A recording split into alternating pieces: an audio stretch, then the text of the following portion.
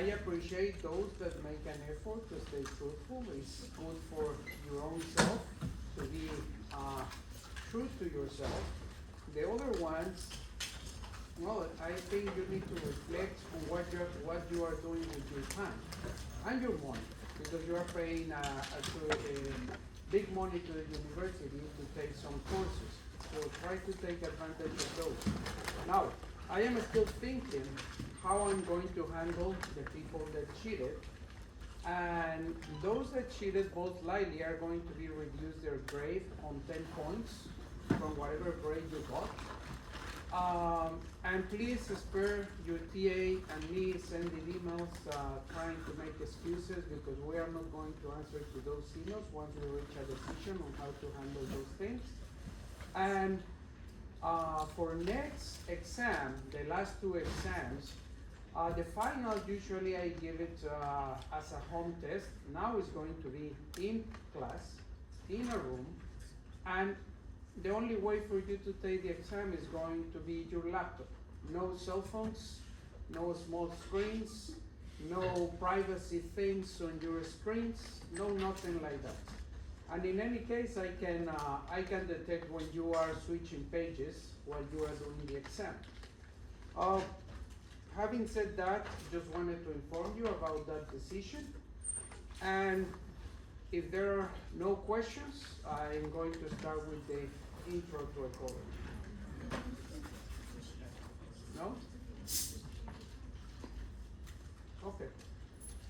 All right, so now the final part of the course, ecology.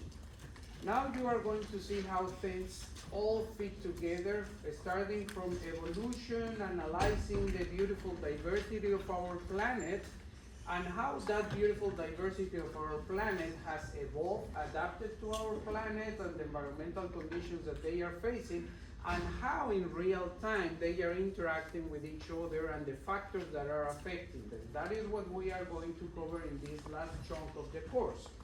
And just as a curiosity, this frog that you can see is tiny. That's a dime. So it's about 8 millimeters when they are adults. So it's one of the smallest vertebrates and smallest animals that we have on the planet. That was discovered not long ago, a few decades ago, in Papua New Guinea. All right, so what we want to do now is to determine where species live and what factors are the ones that are affecting where species live and how they live and how they adapt to the conditions where they live.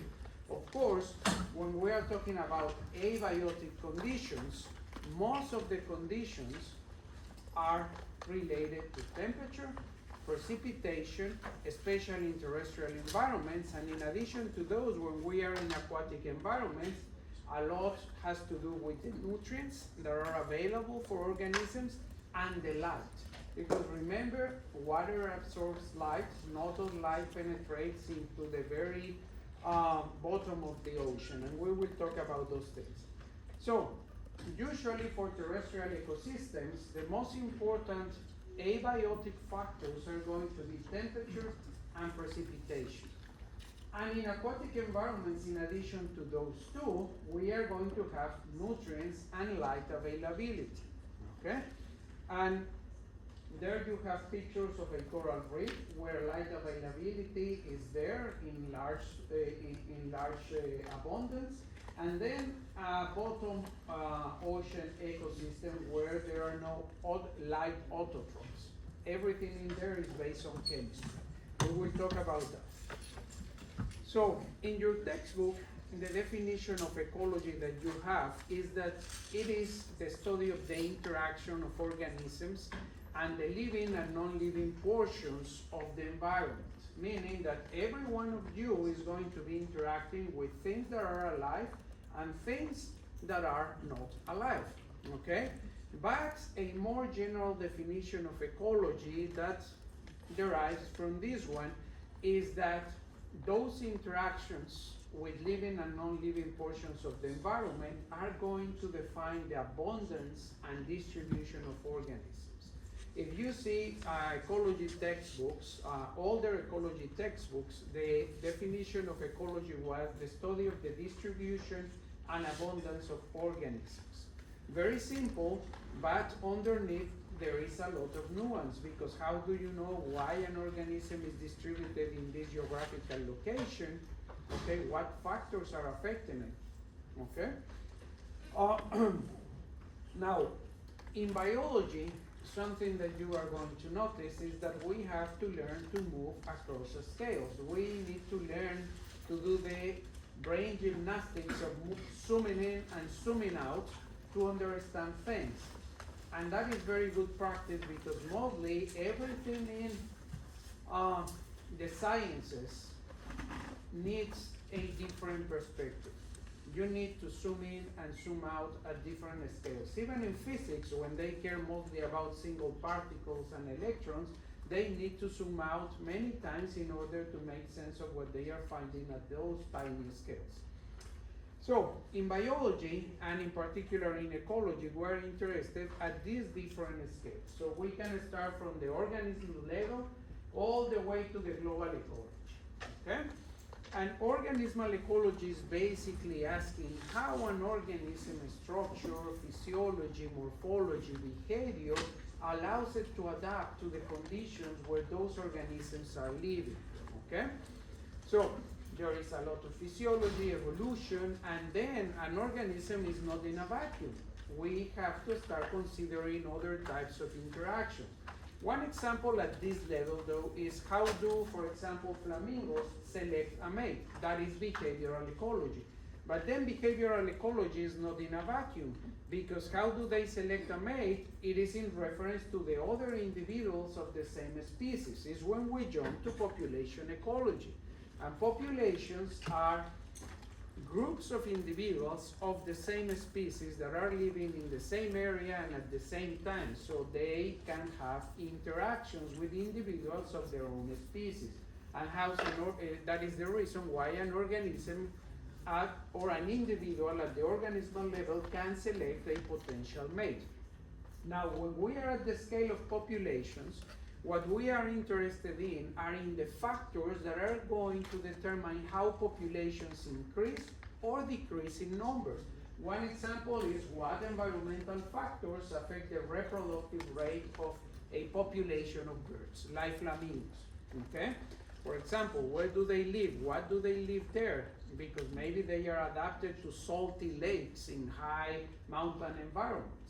There is reduced competition in there, and when we talk about reduced competition in there, it can be intra-species competition or intra-population competition, meaning competition for resources with other members of your same species, or it can be with other species that live in the same environment where you are living, and that right there is where we are jumping into the next scale of ecological complexity, the community scale.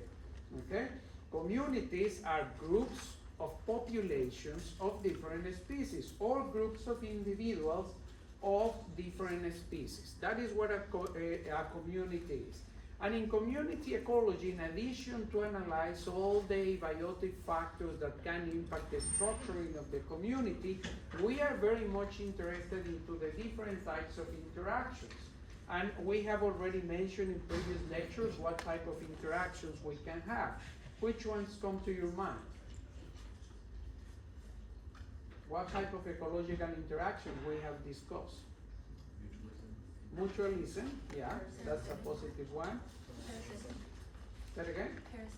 Parasitism. Parasitism, yeah. Commensalism, yeah. What else?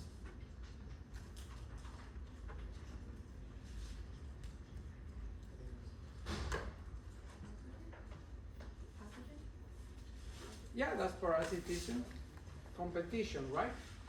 So those are like the main four, but there are some other subdivisions that we can have in terms of ecological interactions, but those are the main four. Okay, and a sample question of what we ask at the community scale is what factors, notice that it is not specified if it is abiotic or biotic. We don't care about the identity of the factors. We want to know the factors that are going to influence the diversity of interacting species in an environment. In this example, an African lake, okay? And when we say diversity, what do we mean by diversity? It's something that I have discussed a couple times already in different lectures. What is diversity?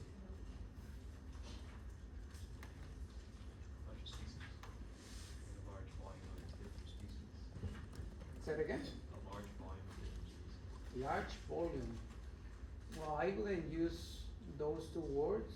I would just use different species. Yes, that is one part. A species, yeah. There are two parts to diversity. And you yes? Different traits and roles within a species. Different traits in what? Different traits in a species. That would be functional diversity. So that would be another thing. But what you have said right, both of you, is that we are talking about more than one species. Evolution would be a force producing more or less species. So, speciation or extinction. But it's simpler than that.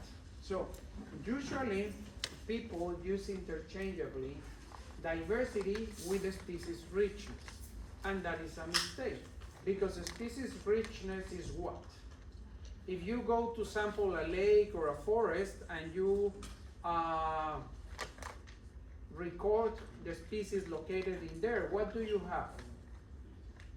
What is that? If I would make here notes of every one of you of your names, I would have what? A list, right? So species richness is just a list of the things that you have found in a place, okay? But do you always find, when you go to some place, only one individual of each species? So when you are walking across campus, you only see one white ibis or one mockingbird or one cardinal. You see more than one, right?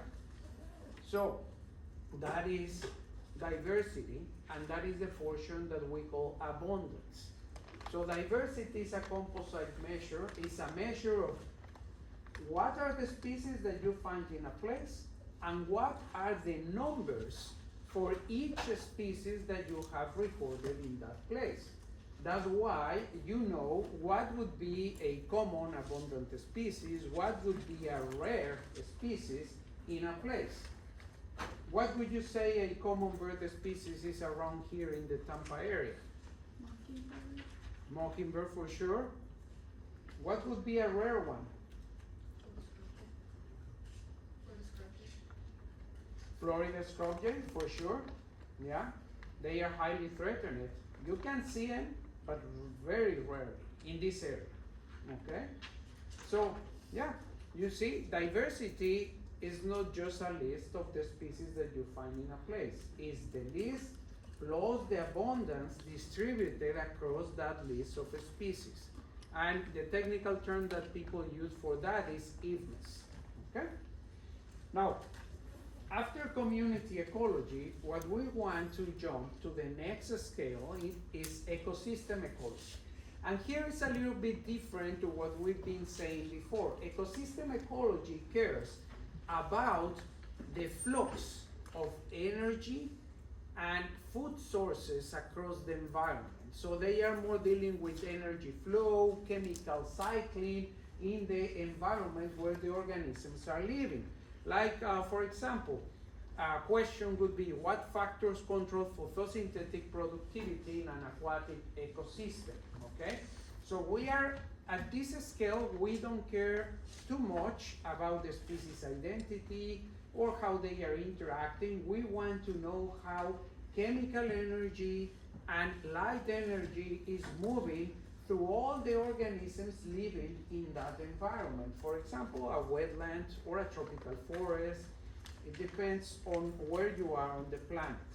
But now, when you put together different ecosystems in the landscape, what you have is a series of connected ecosystems, different types of ecosystems, okay?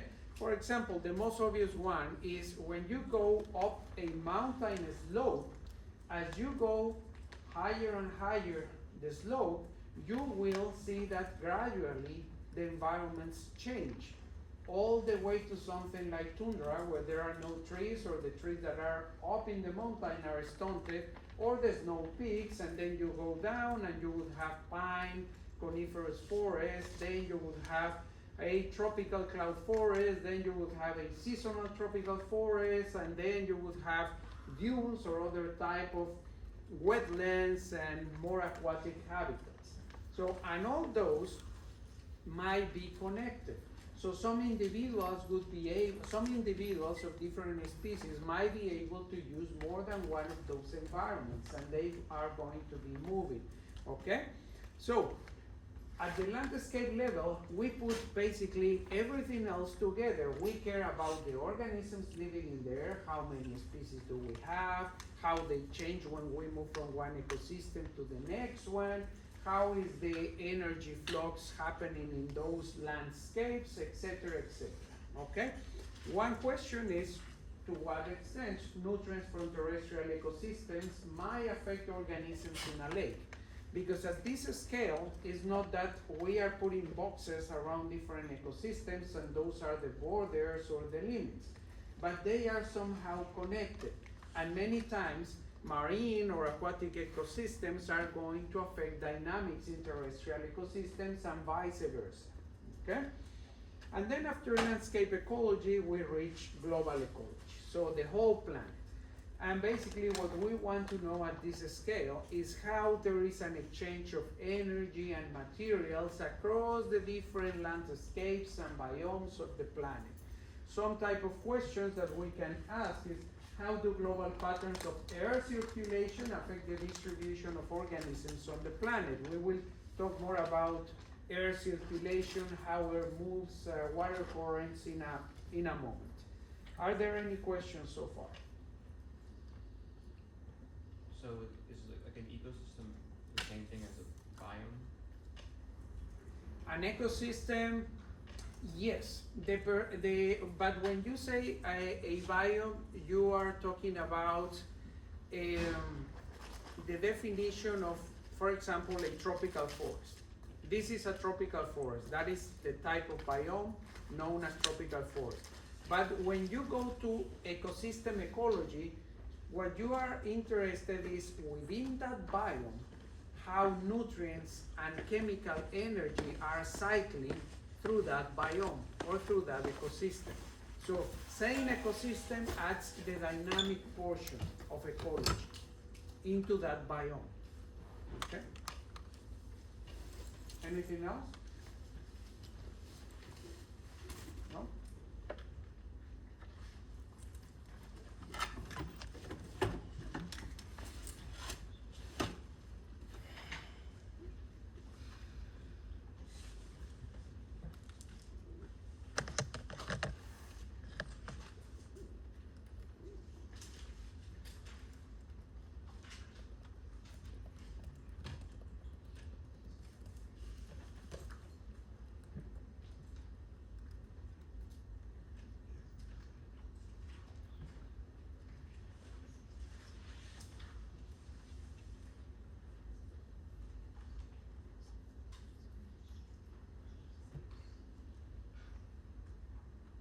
Ten more seconds.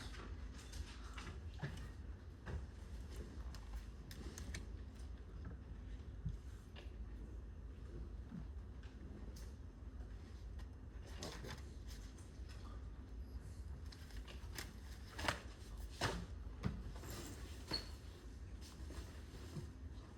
All right, so let's talk about our planet's climate.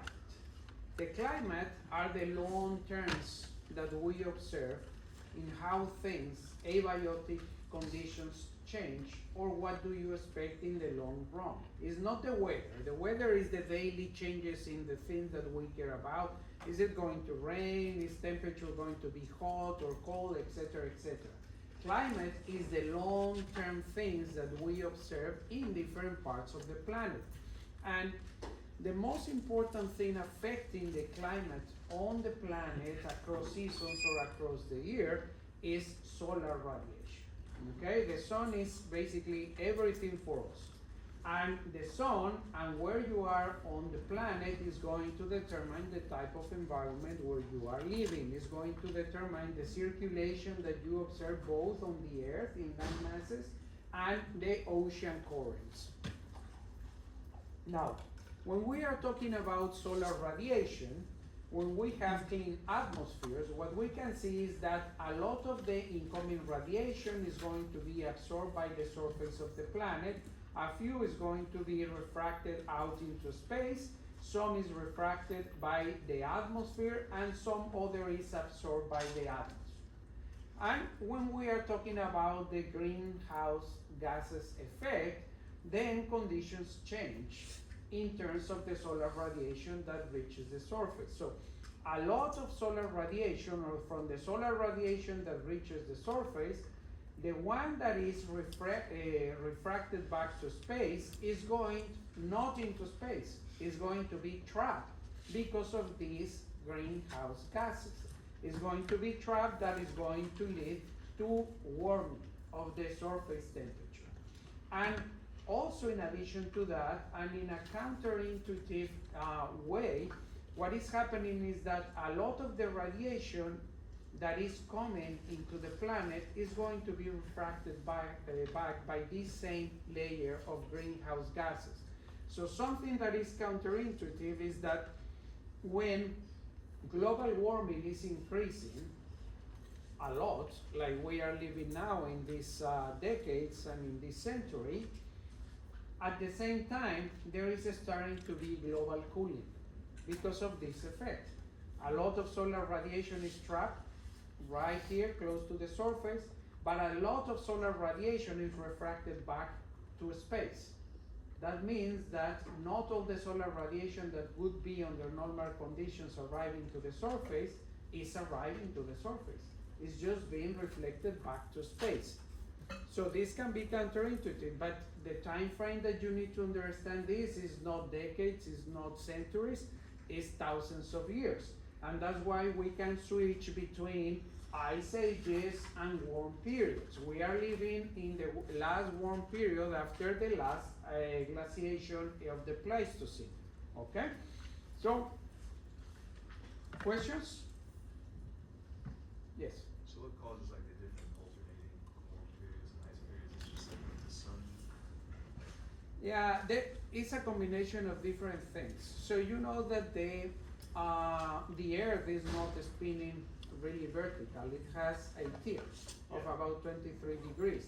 That creates the seasons. We will talk about that in a second. That is one factor. The other factor is in what stage the sun is in its cycle. Sometimes it's more active, it produces more heat and releases more heat. So more heat, more radiation arrives to the planet. So that's other thing. Other conditions is, for example, how many greenhouse gases you have on the atmosphere.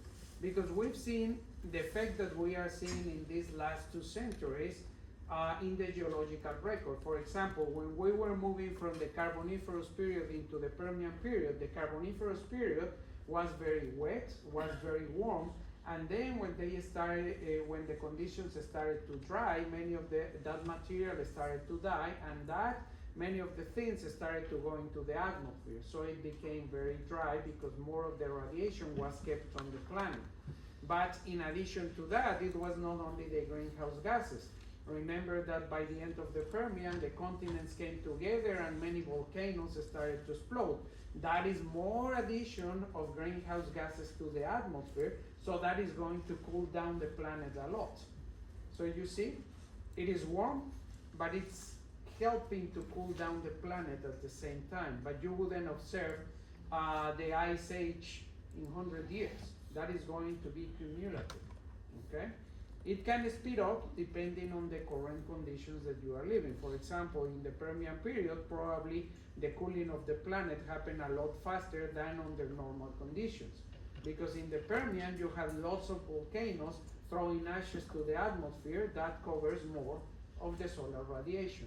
that accelerates the cooling of the surface. Yeah? So it's not only one thing that is going to give you the answer. But greenhouse gases is an important factor, adding to that to warming and to cooling. Huh? Anything else? No? All right. When we are talking about sunlight radiation, we know that not the same radiation arrives to the surface of the planet. That depends on what latitude you are located. Okay? At the equator or in the tropics, in the tropical areas, is where the radiation of the sun arrives more directly. So more radiation arriving to those areas. And the radiation that arrives the further you are closer to the poles is in an oblique angle. So much less radiation arrives as you move further north or further south, closer to the poles. That's why you have colder regions in those areas. Okay. Oh yeah, those two degrees over there, 23.5 degrees north and south, is what determines the tropics. Tropic of Cancer North, Tropic of Capricorn in the southern hemisphere. And those are the bands with the higher radiation. Of course, closer you are to the equator, the higher the solar input that you are going to have. And why is important to have solar input? Because more solar input, more energy from solar radiation means higher potential for photosynthesis. Higher potential for photosynthesis means more food for everyone. Okay, that's why tropical areas are very productive. Now, when we are talking about the air circulation and precipitation patterns, many of the things that are important is, we mentioned already, the sunlight that is arriving to the planet, because that determines how warm the air and how humid the air is going to be. And that is going to affect how the air is moving depending where in the latitude you are located. We will see a picture in a second. But basically, the tropical areas are mostly humid, okay? And humid hot air goes where? In the vertical column. What happens to hot air? Rises, right? So, and as you rises up, what happens to temperature? If you go up higher and higher up a mountain, how does it feel? Warmer or colder? Colder. So when the air rises, it gets colder, right? And higher up in the atmosphere, that warm, humid, okay, water or vapor of water that is coming into the atmosphere is going to cool down. What happens when water cools down? It condensates. And then you have rain, lots of rains. But that rain is going to fall into the tropics. Let's move into the field. So, what we have are these air current bands. So you can see that there is the humid air coming into the tropics, absorbing a lot of humidity, getting warm, and is going to rise into the atmosphere. But as it rises, it cools, right? And when it cools, it condensates. And when it condensates, and it's a lot of condensation, then we have the rain. And it's located mostly in the tropical regions. And when the air releases that moisture, it becomes dry. And then it's dry, cool air that starts to go up in the latitude. And then once it reaches high up in the latitude, about 30 degrees north or 30 degrees south, what is happening is going to start to descend and absorb humidity.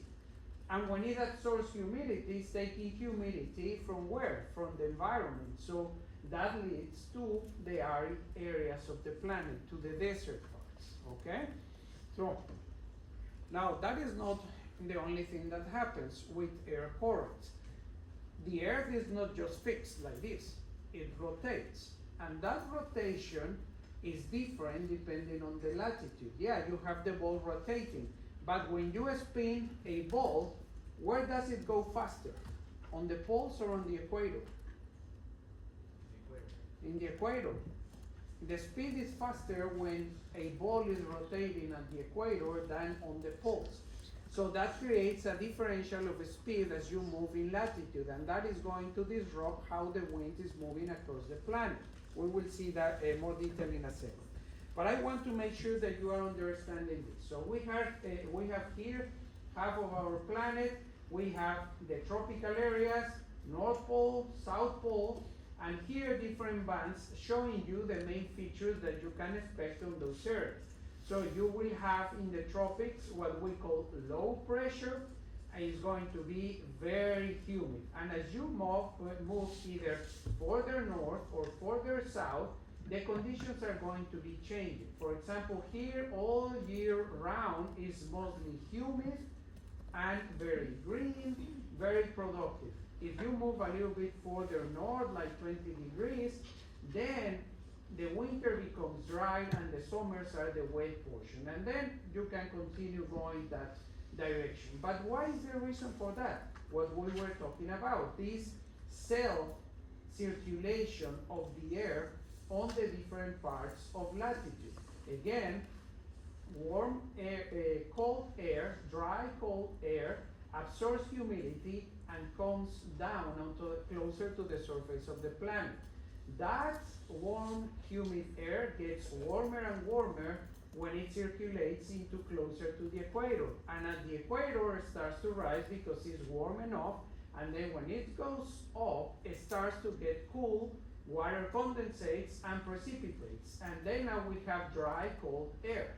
And that, what you can see here, we have other cells of air circulation in this different latitude. And this portion over here is going to create the boreal forests that are also very wet, very green, but they are a lot colder than the tropics. We will see those details later on. And then closer to the poles, we have another cell that is going to produce very dry conditions in the in North Pole or in the South Pole, and more humid in around 60 degrees, which is where these two cells join together and where we have these boreal forests. Okay, more or less clear? Yeah? Okay. Now, we said that the Earth is spinning. Okay, now we know what happens to the humid air when it gets warm, when it gets cool, etc., etc., and that's why we have wet areas, wet productive green areas, and then the deserts, and then the polar deserts, okay? But what we haven't mentioned just yet is these lines that are called easterlies or westerlies. Here at the tropics, in the tropical bands, we call them easterlies because they go from east to west. As the Earth is spinning, these tropical bands are going to move the Earth from east to west. But as we move further up in latitude, because there is this differential speed at different latitudes, now instead of going west, they are going east. And these are called the westerlies because they go from the west to the east. And then if we go closer to the poles, we change again to easterlies. So, and if you compare that in the northern pole to the southern pole, we have the Coriolis effect, okay? If you flush your toilet here, the water is going to spin like that.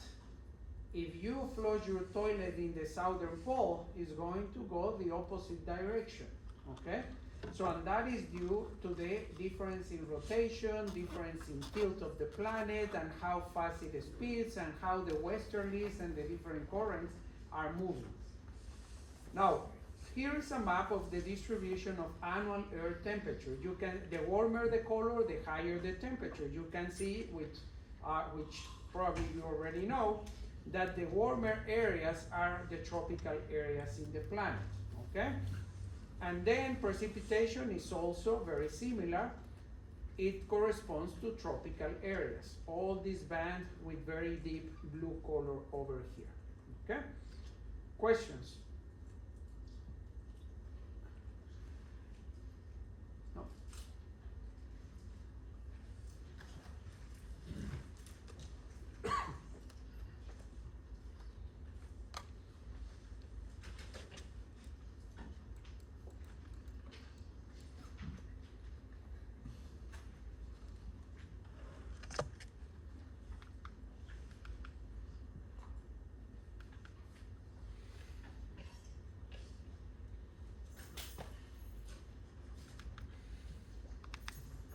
10 more seconds.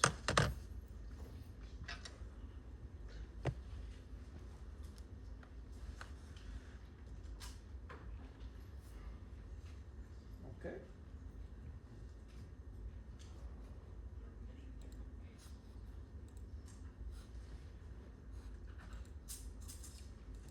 All right, let's move to seasonality. The reason that we have seasons on this planet is because of the tilt of the Earth. And the tilt of the Earth, you can see it is 23 degrees, over 23 degrees. But one thing is that that is the current tilt of our planet. It hasn't been the same throughout the history of the planet. It has changed, and it's going to change again. I don't know if we are going to witness that. I think we are close to a change of tilt. But in any case, the tilt of the planet is what determines the seasonality. You can see that during our summer right now, June solstice that just passed a week ago, we get the direct radiation, and the northern pole is tilted toward the sun. So the northern pole is going to receive more sun. As we move into October, into fall, we have September equinox, okay? The temperature gets a little bit cooler, and then we move to December solstice, which is winter up here, but is summer in the southern pole, because remember the tilt was first facing the north to the sun. We moved to December, now we are farther away from the sun compared to the southern hemisphere, okay? That's why when we have winter, they have summer in the southern hemisphere, okay? Now, seasonal changes and the wind patterns are going to determine ocean currents, okay? And those ocean currents are going to be very important for food production, or where food is going to be located by organisms depending on where you are on the planet. Now, very productive areas in aquatic environments are those where there is what we call upwelling. Upwelling means bringing cold currents up to the surface, and those cold currents coming from the bottom are going to bring food to the surface, and that food is what is going to feed the food chain of many different regions of aquatic environments. Now, circulation is going to depend also on the type of environment that you are analyzing. It's not the same to see an ocean than to see a lake, and within lakes it's not the same to have a huge lake or a small lake. But when we are talking about ocean circulation, we have some circulations that again are determined by radiation, by temperature, and circulation of the air that is going to hit the surface of the ocean. And one thing that you can clearly observe when you are living close to to a coastal environment is that usually what is going to happen is that during the day, the surface of the terrestrial environment gets warm. And it gets warm, the air is going to rise. And when it is rising, what happens is that it draws cool air from the ocean. That's why you get the cool breeze during the day if you live close to the coast. But then in the evening, that reverses, okay? Because the terrestrial environment is getting colder faster than the ocean. Temperature changes faster in terrestrial environments than in the oceanic environment. So what happens? Now you get cold. Now the opposite happens. Warm air goes into the ocean, and cool air comes into, cool air goes into the ocean, and warm air comes during the night into the terrestrial environment. So those are simple things that are very important at local and larger scales, and I will show some pictures in a moment. So these are the major ocean currents that you are going to observe. Remember that in the North Pole and in the equatorial zone, we have what we call the easterlies, right? From east to west. You can see that the north equatorial current goes in that direction. If we go to the south, you are going to see the same effect with the Humboldt current and the Pacific current. But in between these two, there is another major current, which is the equatorial current. It runs in between these two north and south currents, okay?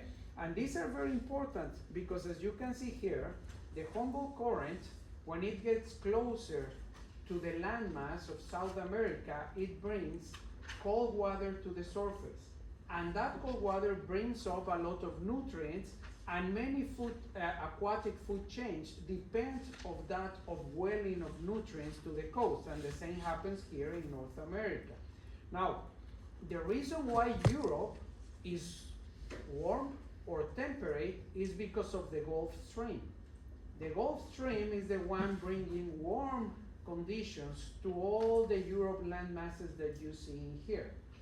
And Europe has had very cold winters when the Gulf Stream for somehow is a little bit disrupted, and that is recorded in history.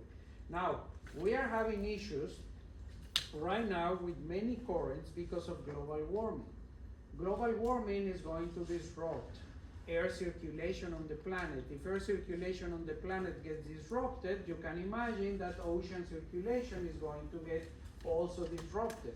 And that can create a huge problem because if the Gulf Stream slows down, temperatures are going to change a lot for North America and Europe. And the same applies to any other current that we want to analyze across the planet, okay?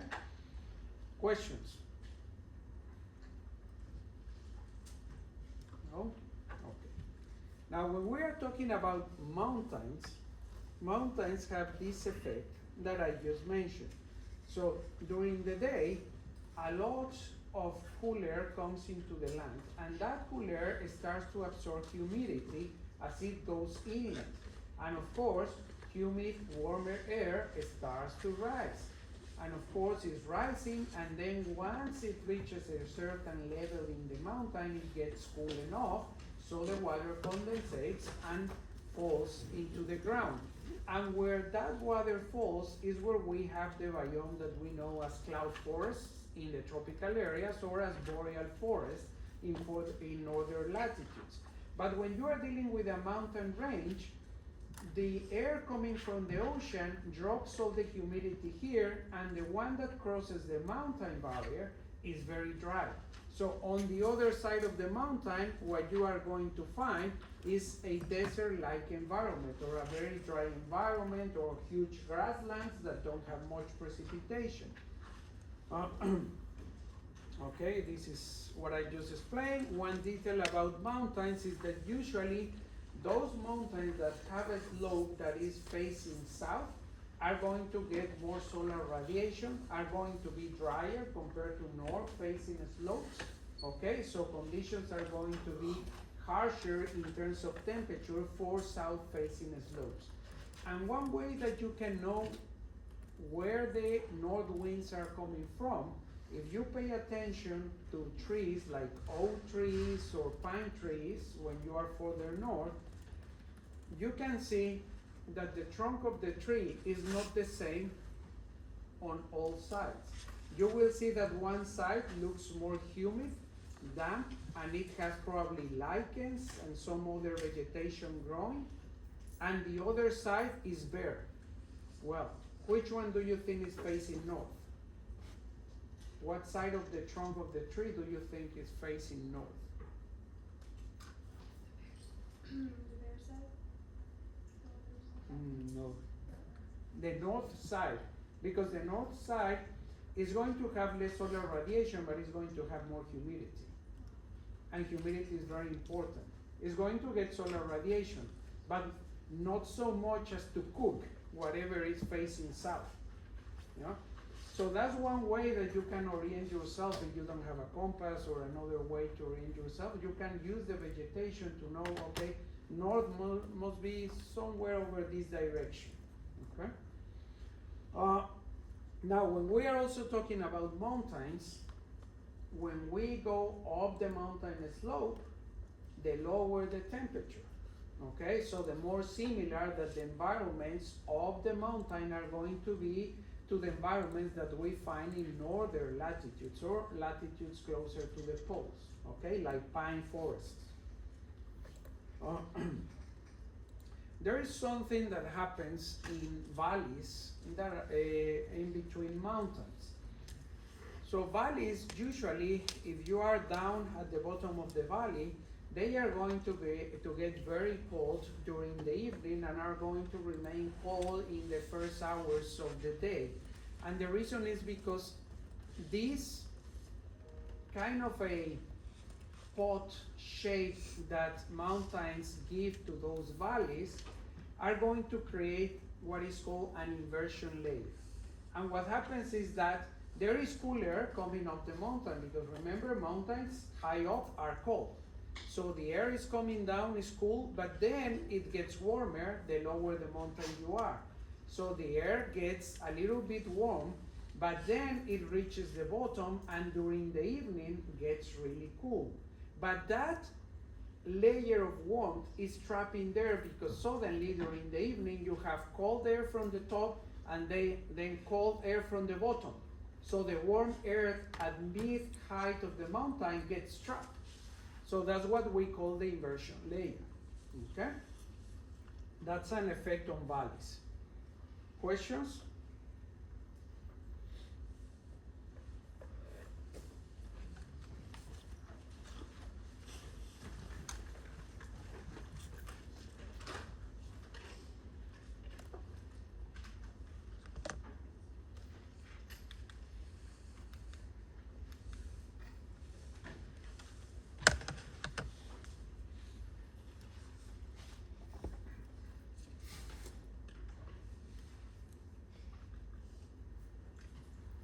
More seconds.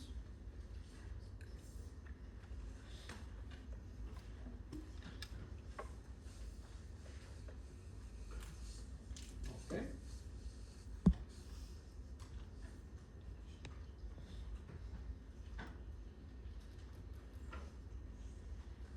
All right.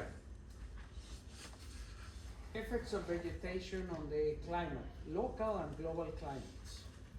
So vegetation is very, very important, and that's why we have to protect it or try to keep as intact as possible our different types of ecosystems.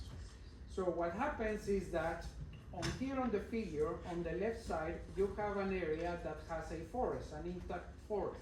What happens is that plants, what is their food? Radiation. So they absorb a lot of radiation to produce food, but at the same time they are absorbing radiation, they are increasing evaporation.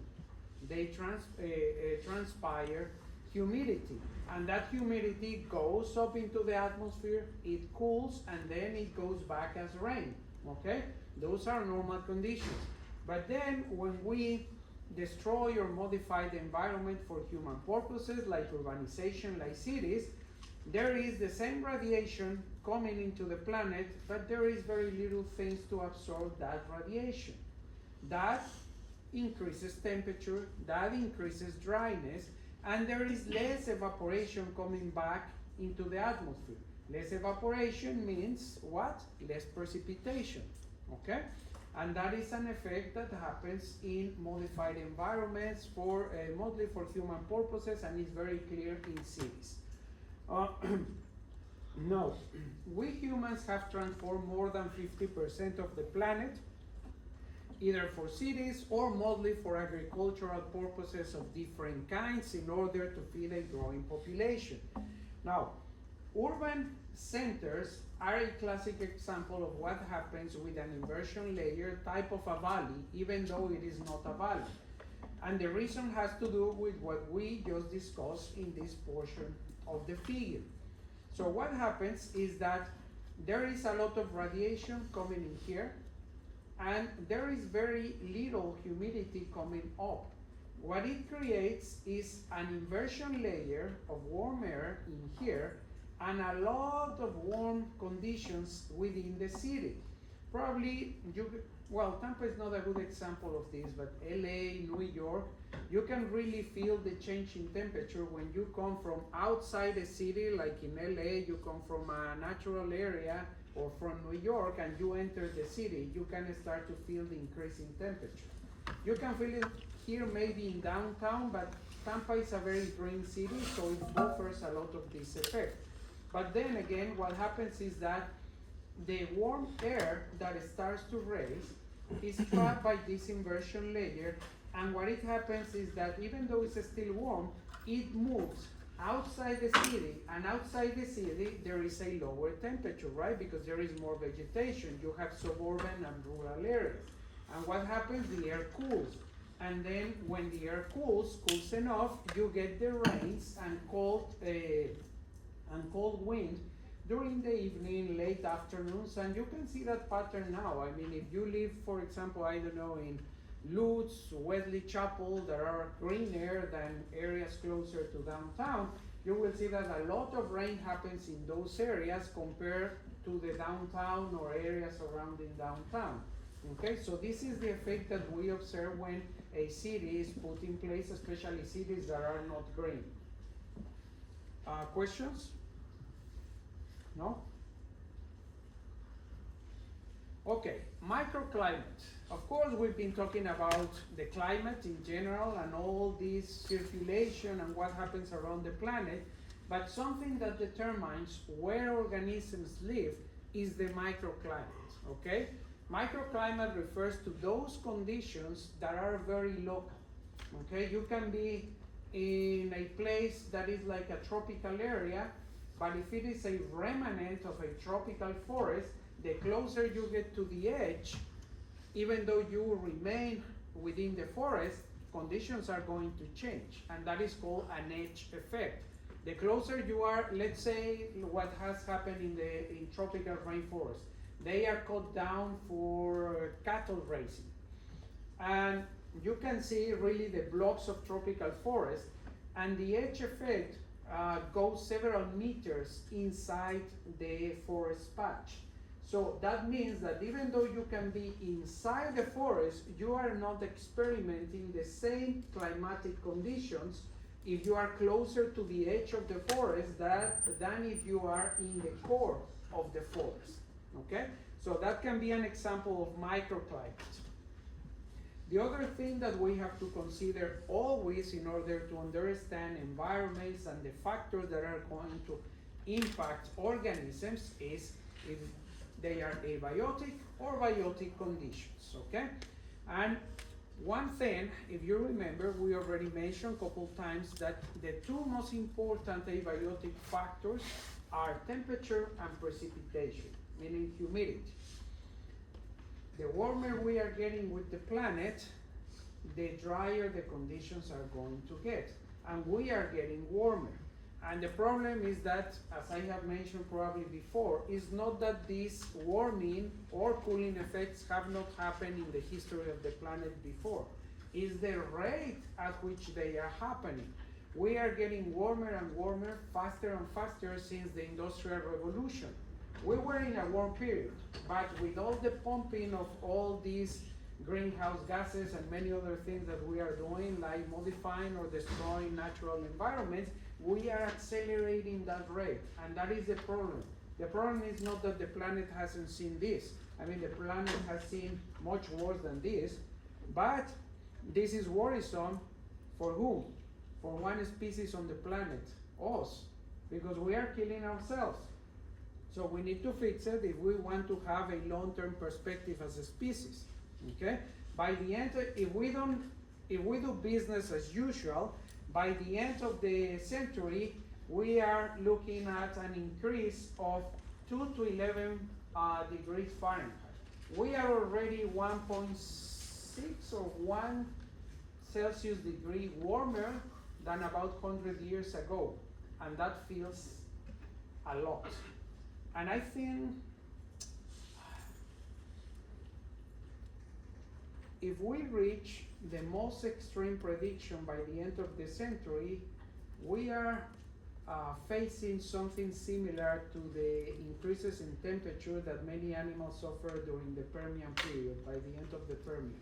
So it's going to be ugly, so we need to act quickly. So, of course, this warming is affecting the circulation of both the air and of the ocean currents, and that is going to disrupt how the environment is how the environmental conditions are affecting the distribution of the organisms and of the ecosystems that we depend on. Now, many studies have analyzed the responses of different organisms to these big climatic changes. Again, throughout the history of the planet, organisms have faced, humans even have faced extreme conditions like the ice ages. And some studies have shown how when the ice ages were ending or the ice caps retreated, they started to move further north. For example, this hypothetical organism was restricted during the ice ages to this portion, but then it started to expand north as the ice cap retreated further north. But this same organism is going to change its distribution further north if temperature increases. Now it's going to go into a different pattern. It's going to relocate further north because down here is going to be way too hot and likely way too dry for it to survive. And the conditions that it needs is going to be further up.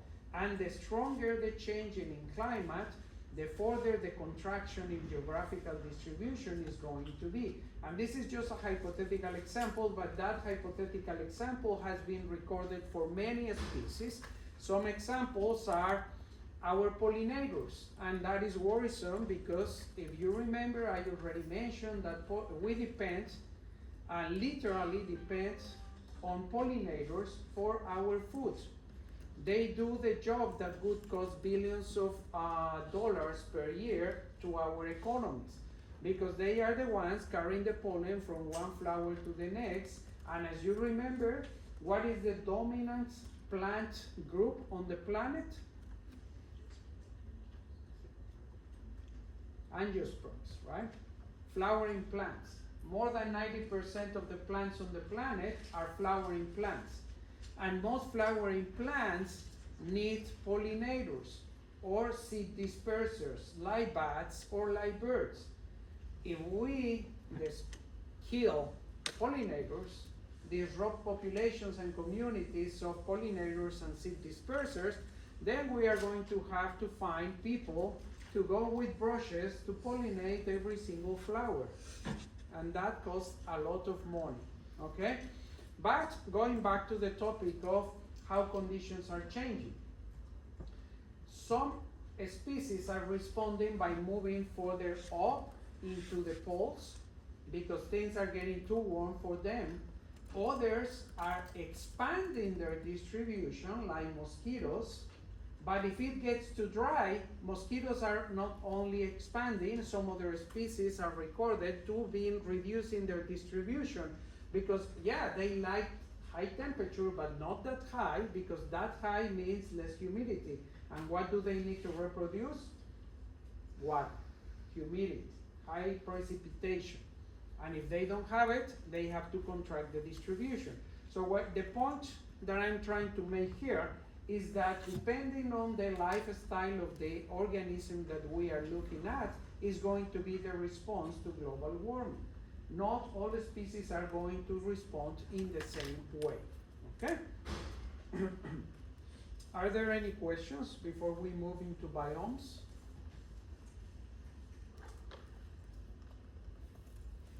No? Okay. So biomes, as you were asking, they define the major life zones and types of ecosystems that we have on the planet.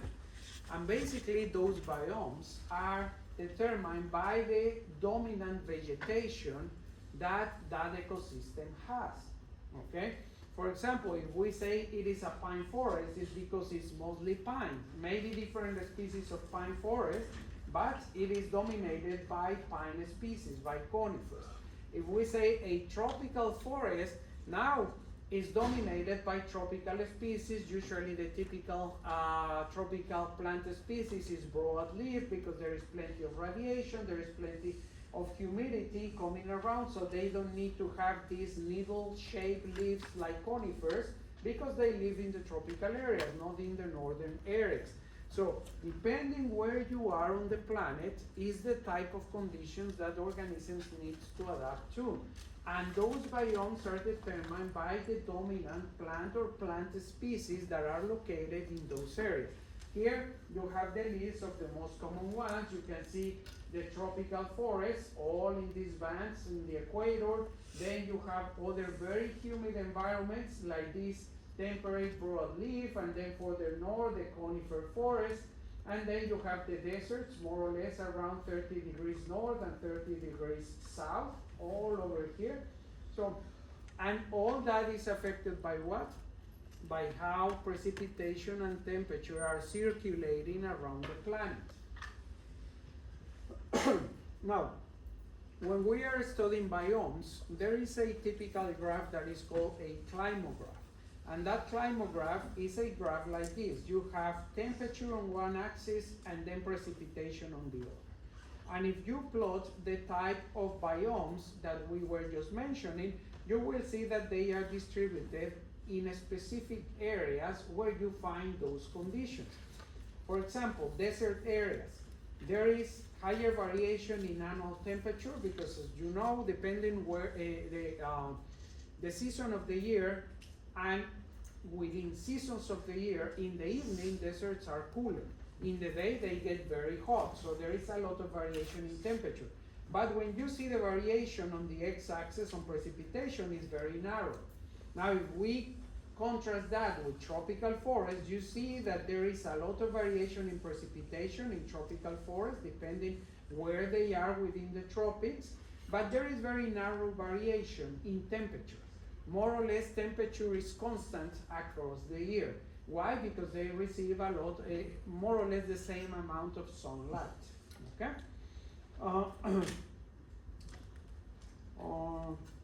Yeah, I already mentioned this. Now, one thing, before I move on to the next graph, notice that there is some overlap in these different types of biomes. Okay?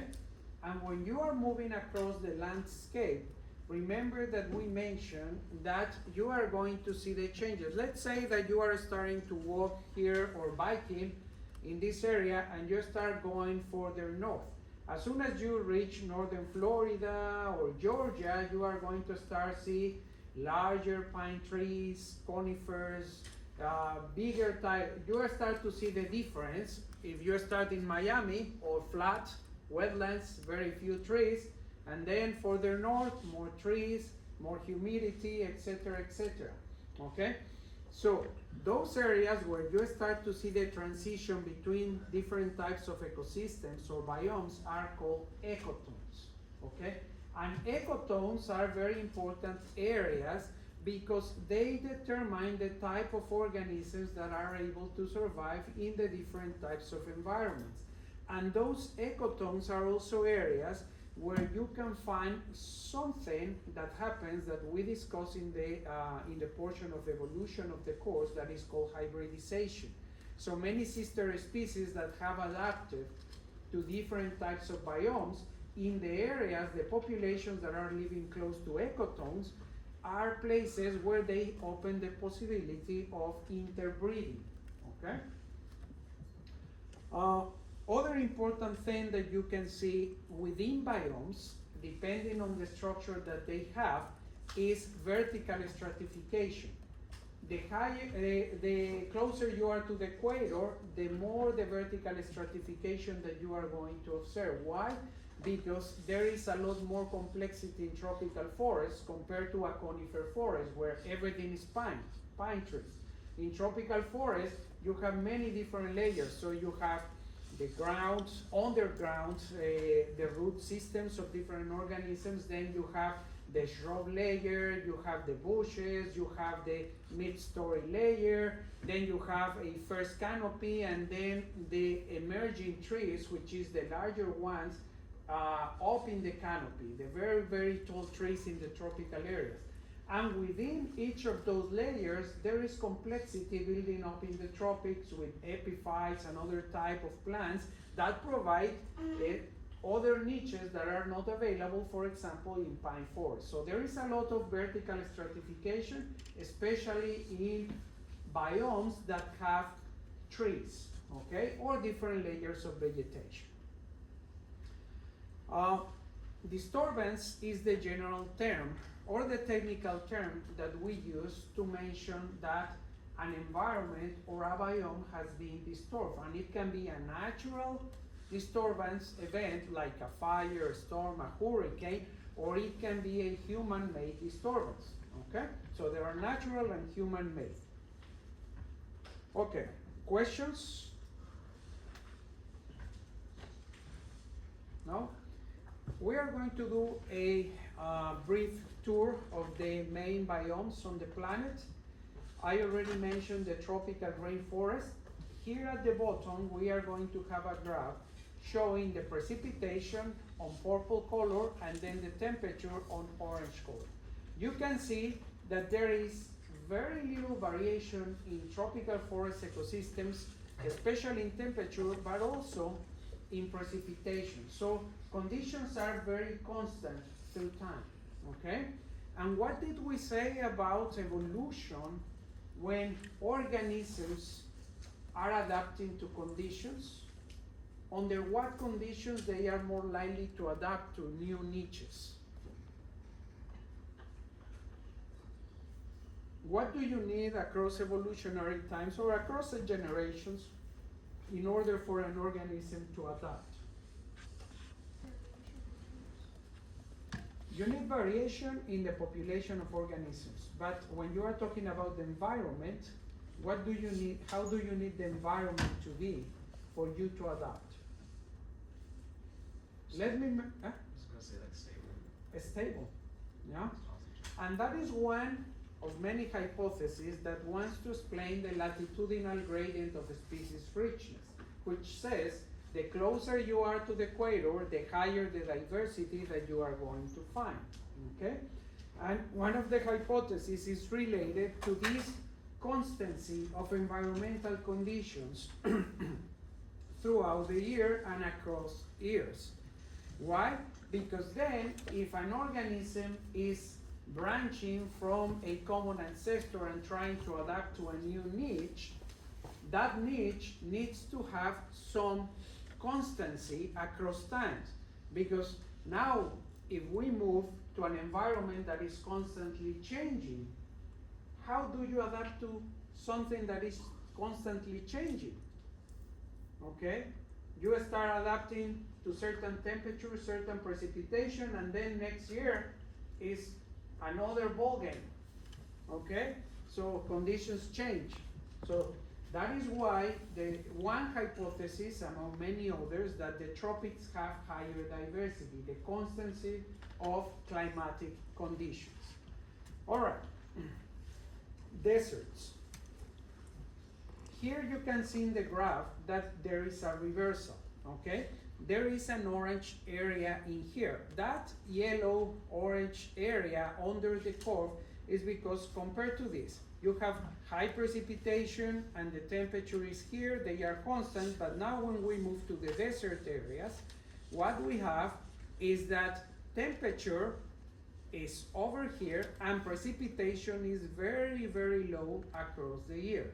Okay, so this area is known as an area that is going to limit the availability of resources for organisms to be living in those areas, and that's why deserts present extreme adaptations. The organisms that live in deserts are very well adapted to those conditions, okay? And deserts also are a very good example for evolution. Why? Because they are also constant in terms of their climatic conditions, just a different extreme compared to tropical areas. Again, they are located around what degrees of latitude? Where do you find the deserts? 30. 30 degrees of latitude. And what is the climatic reason why we have deserts at 30 degrees of latitude? North or south? What about precipitation? What determines precipitation? If we are talking about air currents.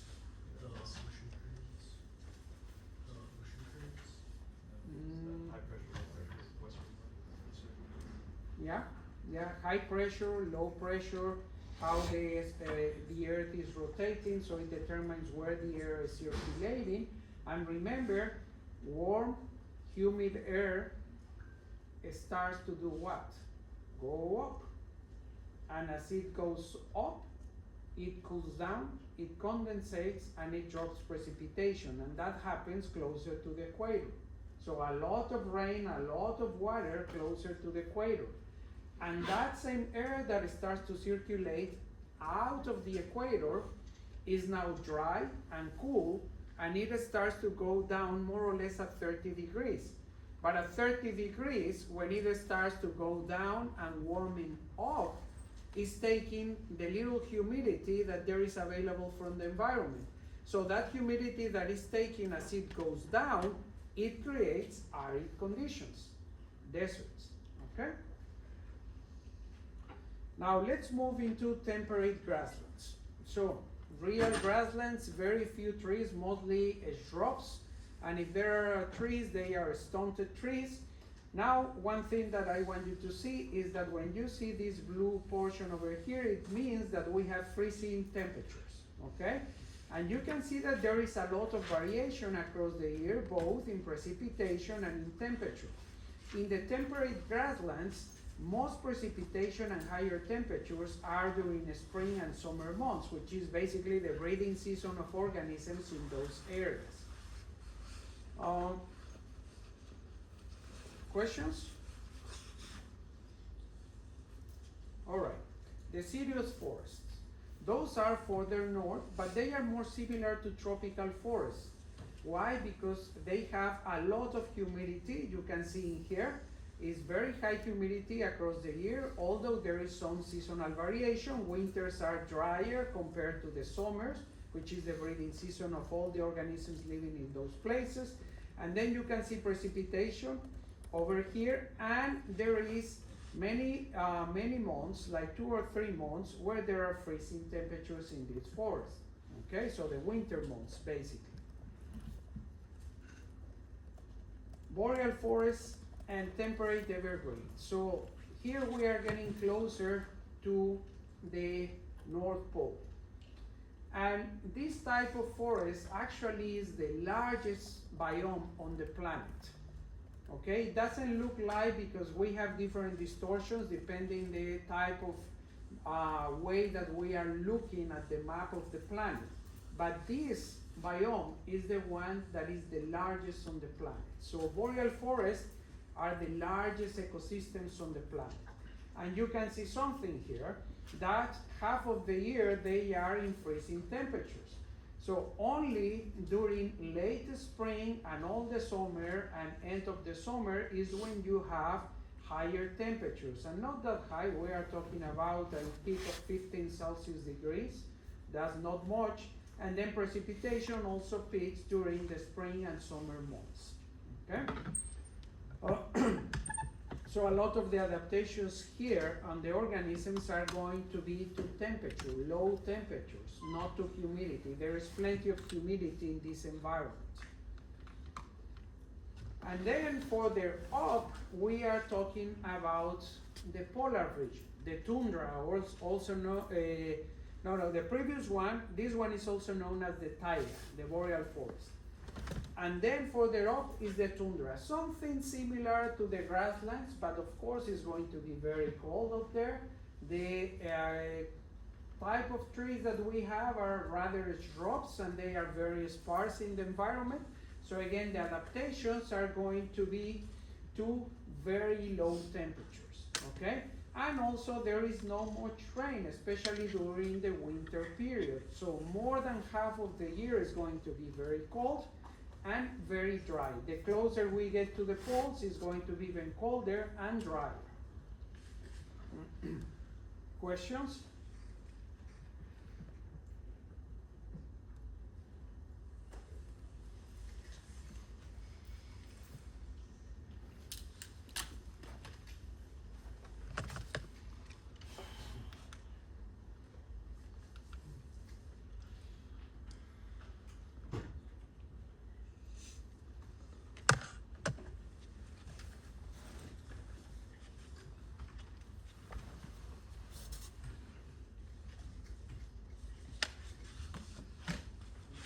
10 more seconds.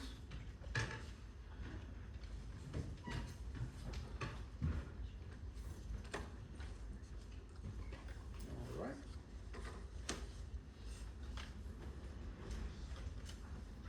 Okay. Let's take a short break, 4 or 5 minutes before we resume with biogeography.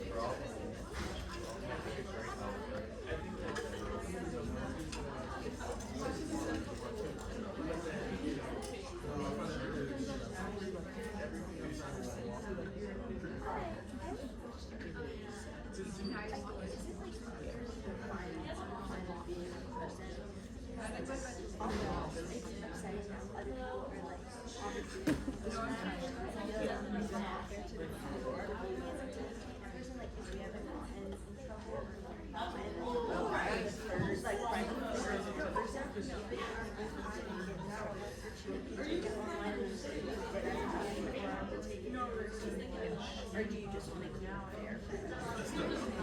Well, I, as I mentioned at the beginning of the class, I came in a little late, so they were feeling. I said that I was how we are going to handle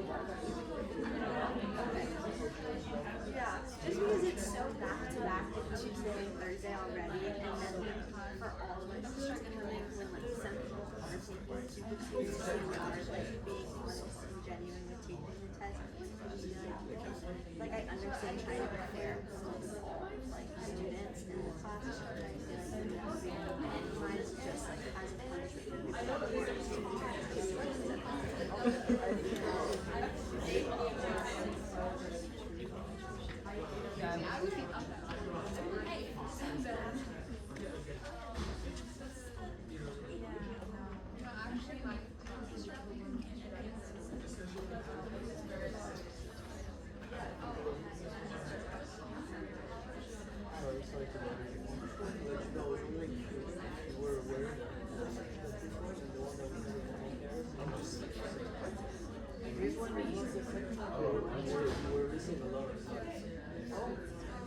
sorry about that. Thank you for listening. I will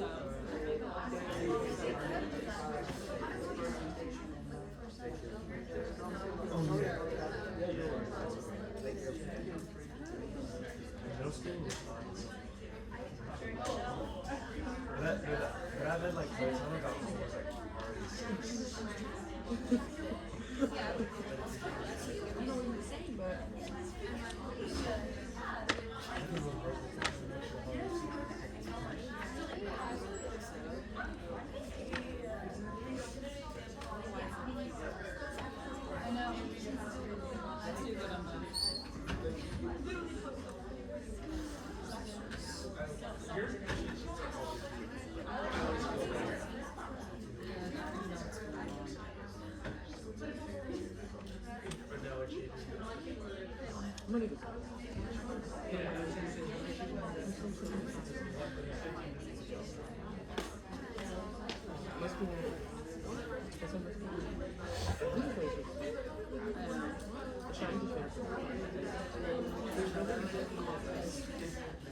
I can't wait to go home.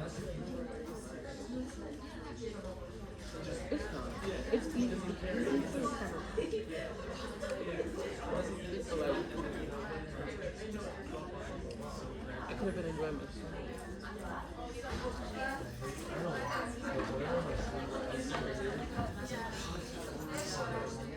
know. I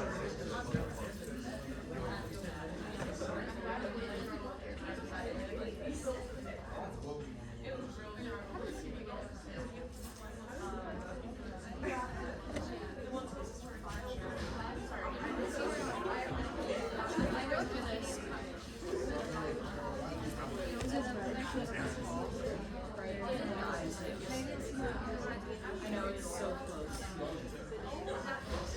I'm like jumping around. Oh my god, I'm so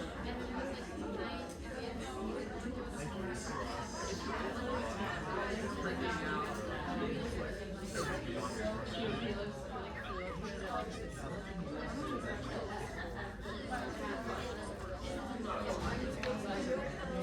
Okay, guys, let's resume the lecture.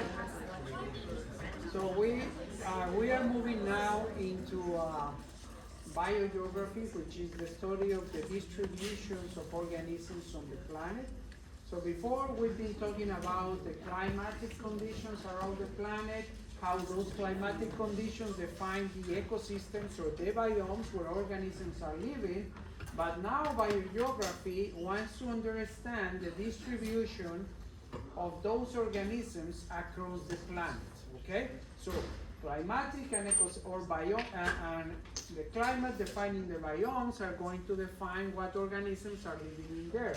But the organisms living in those different portions of the planet are going to live to areas that have, or we have named with in different ways based on their distribution. The main biogeographic regions, and I say main because within each of these huge biogeographic regions there are sub-regions, okay? But the general ones, here in the Americas we have the Nearctic, and then we have the Neotropical, all the tropical area, and then further south here, that southern South America overlaps with the Antarctic conditions. This region is colder. Then we have the Ethiopian, most of Africa, the Palearctic, which is the largest one, the Oriental here, which is basically Southeast Asia, and then the Australasian one over here, which is mostly Papua New Guinea, all the smaller islands here, and then Australia. And the reason for the separation of this is this red line here that is known as Wallace's line. Alfred Russel Wallace was a naturalist. If you remember, he co-discovered or co-suggested natural selection as the main force of or mechanism of evolution with Charles Darwin. In addition to that, he's the father of biogeography. And he discovered that within this oceanic trench, because if you go and take a boat to this line, you will see that there is a deep trench in that part of the ocean.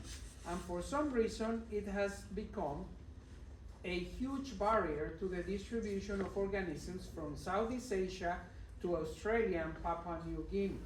So the faunas of organisms are, well, organisms in general, plants and animals that you find on this side are very different and have separate evolutionary histories compared to the ones that are on this side of Wallace's line, okay? Now here, what you can also see in this map is the red lines show when these different land masses were together, okay? So they started to come together here, the connection of North with South America with the Panama Canal about 6 million years ago.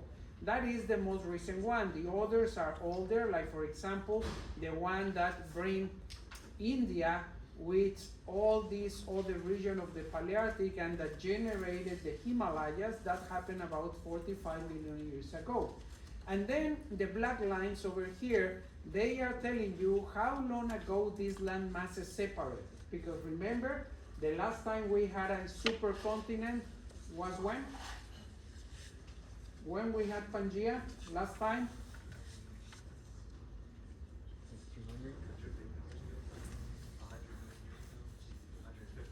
Who gives more? 100, 150? Say it again? 300? No. 265 million years ago. It was at the end of the Permian, the beginning of the Mesozoic, the era of the dinosaurs. Okay? It was the transition between the Permian and the Triassic is when the continents started to break apart. Okay? So we had that initial of the breaking apart of the Pangea. Yeah, Pangea was earlier, was already a supercontinent earlier, but it was still, when it started to break apart was in the change of the Permian to the Triassic. Okay? So, 100 million years ago, this portion of Brazil was together with this portion of Western Africa. More or less, it was together with Ivory Coast, Cameroon, Nigeria, etc. Okay? And you can see the different dates in here. And this is some of the reasons why some of the organisms living in areas, for example, here in southern South America, are more closely related to those found in Australia than the ones that are over here further north in the Americas. Okay? Because some populations were together very far in the past and then they got separated. We will talk more about that. So this what we are discussing is continental drift. We have already mentioned that. So the coming together and the breaking of the land masses of the planet. So what happens when some species that has evolved together for a long time and then they start to drift apart on different portions of land masses, then they get a split. They are still the same species, but now they are isolated. There are some populations of the same species on this side of the landmass and then others on this side, and then they start to go their own evolutionary history. If you remember, that is what we call vicariance. Vicariance is the physical separation of a formerly continuous population of a species. So that's basically pictured in this graph. So we have a vicariance event because there is something divided this larger population into two populations. It can be continental drift, it can be the appearance of a mountain ridge like the Andes or like the Himalayas, or it can be a huge river like the Amazon, and that creates separation, and if that separation goes for long enough, it's going to end up in different species. Other option is that some members of a species are able to disperse long distances. So they arrive maybe to an isolated archipelago like Galapagos or like the Hawaiian Islands, or simply they disperse to a different type of ecosystem even though they are within a huge continent. And what happens is that that dispersal event probably is followed by the split of the population by a barrier, and then that barrier doesn't necessarily have to be permanent, it can disappear, and then the species can again extend the range, but that can act as a reinforcing event of the potential speciation into two species. So they might not be able to interbreed and produce viable offspring. So that is what we call reinforcement, okay? And then we end up with two different species, at least two different species, okay? And the pattern that we are observing here in this diagram is known as taxon pulses. Now, this is the main way that we think speciation occurs, or the diversification of organisms occur by vicariance events. But as we mentioned in the first part of the course, there is also the option of what we call sympatric speciation. Anybody remembers? One example of sympatric speciation, how can we observe an speciation event if the organisms are living in the same environment? They belong to the same species, and for some reason they end up being two different species, and yet they are still living in the same environment. Anybody remembers? What could be a factor determining that? You remember the example that I gave about flies?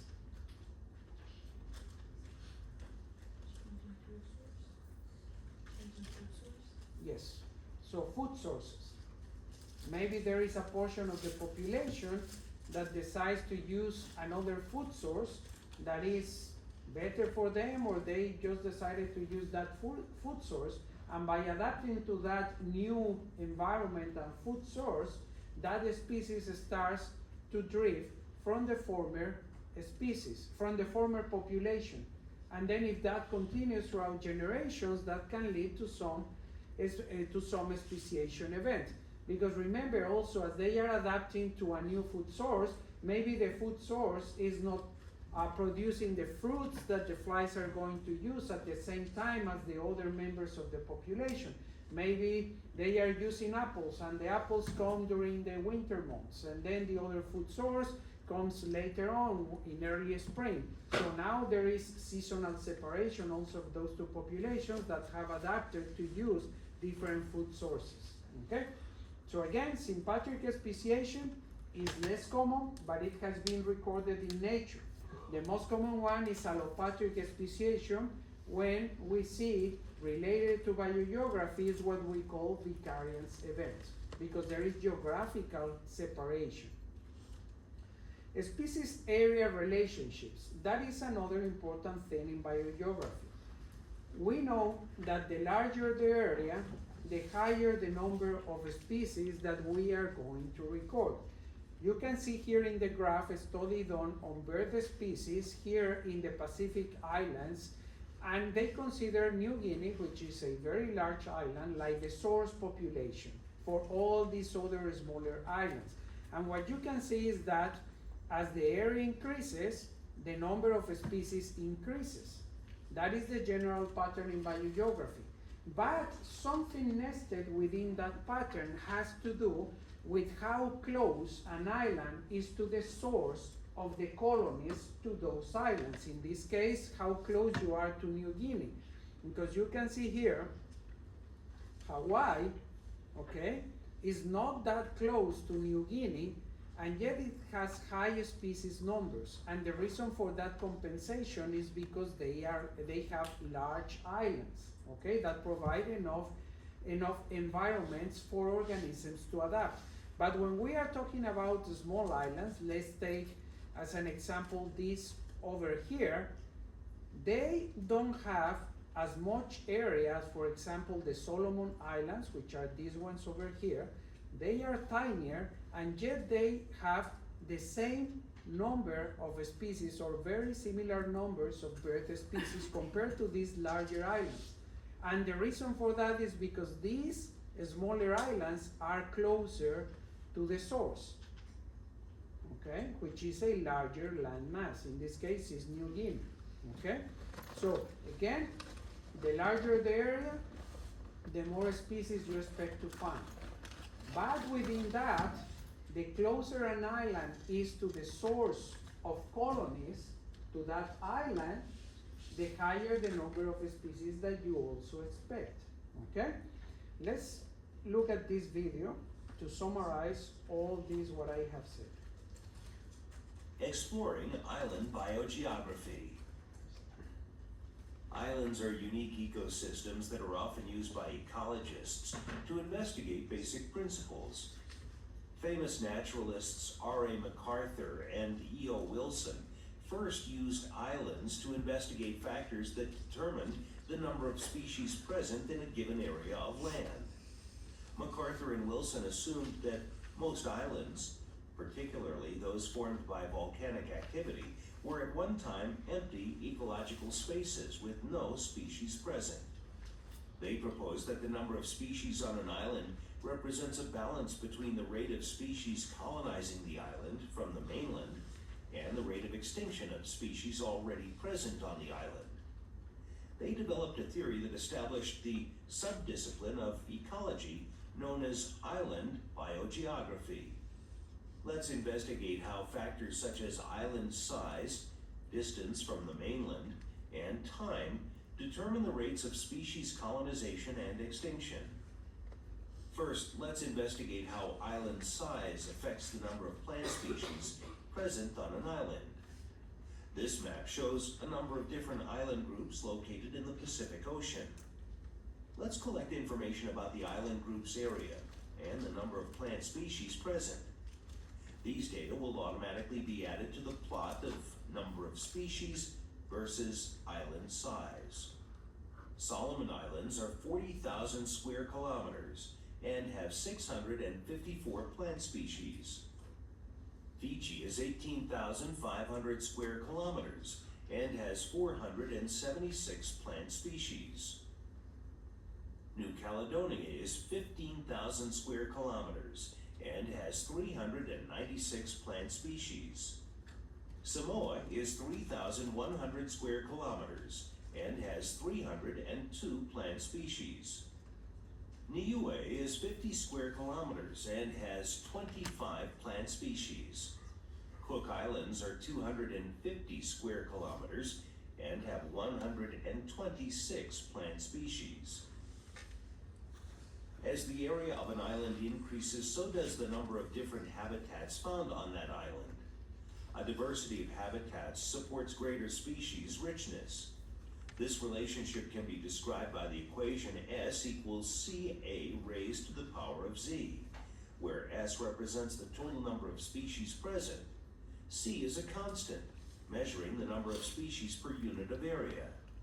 A is the total area of the island, and Z represents the rate at which species change as the area changes.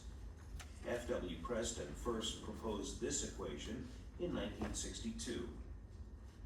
Next, let's investigate how the distance from an island to the source of potential colonists, the mainland, affects the number of species that inhabit that island. The first island is 100 kilometers and has 344 plant species. The second island is 10 kilometers and has 655 plant species. The third island is 500 kilometers and has 263 plant species. The fourth island is 1,000 kilometers and has 126 plant species. The fifth island is 2,500 kilometers and has 81 plant species. The sixth island is 5,000 kilometers and has 22 plant species. Let's look at the graph produced from the island data we collected. Notice that islands closer to the mainland have more species than islands far away.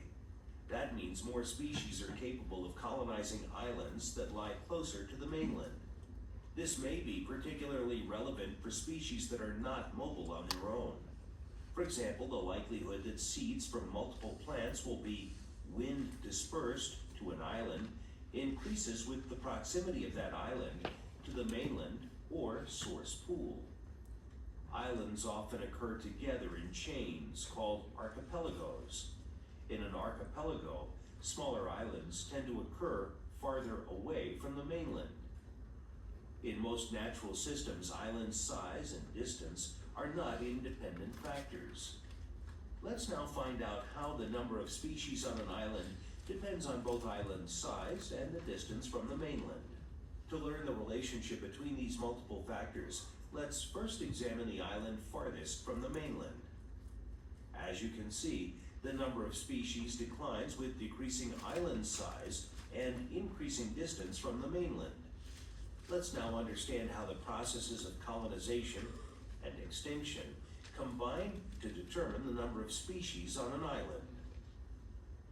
When an island is new or recently disturbed, many colonists can arrive because factors such as competition and predation are low. Therefore, the immigration rate of new species to an island is high and the extinction rate is low. Let us understand how the colonization rate changes over time. As more and more possible immigrants arrive on the island, there are fewer habitats available to colonize. Predation and competition play a bigger role in determining colonization success. Therefore, the colonization rate declines as the number of species increases.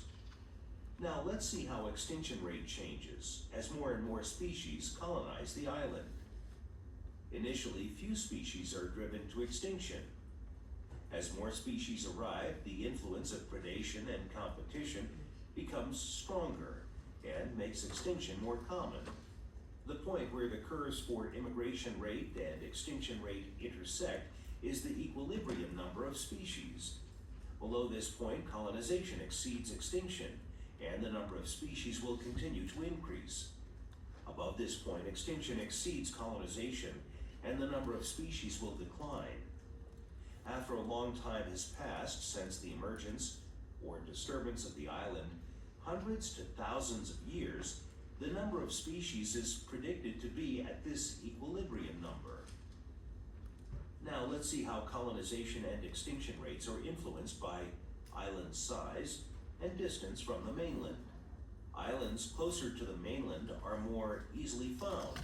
Therefore, the colonization rates for these islands are higher. Larger islands have more resources and a greater variety of habitats. Therefore, their extinction rates are lower.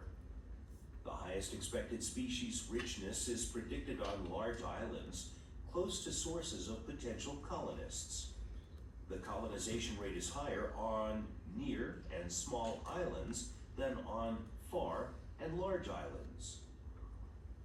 Notice that the equilibrium number of species is different for islands of different sizes and distances from the mainland, and that species richness can be predicted if the shape of the immigration and extinction curves is known. This figure encapsulates the ideas of the theory of island biogeography. MacArthur and Wilson formally developed this theory in 1967. Not only does this theory explain patterns of species richness long noticed by naturalists, but it also allows for quantitative prediction of species richness. The development of this theory allowed biogeographers to conduct more structured and more quantitative studies. Ideas from the theory of island biogeography have also been used to design nature preserves and to examine species richness in other types of isolated or highly fragmented ecosystems. Okay. Are there any questions regarding island biogeography or biogeography in general?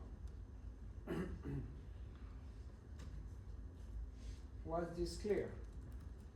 Yeah, what happens when you are in a faraway island that is small versus a faraway island that is large? Where do you expect to find more species? In the large island, okay?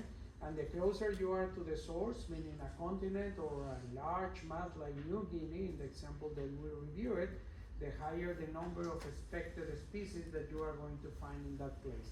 And again, one practical application that was just mentioned at the end of the video is that the theory of island biogeography has been very helpful for conservation purposes, because as you know, there is very little land and natural preserved land to spare, and the one that we are able to protect, we need to make smart decisions with that.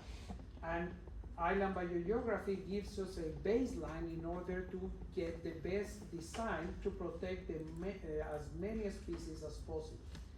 All right, let's move into the aquatic environment.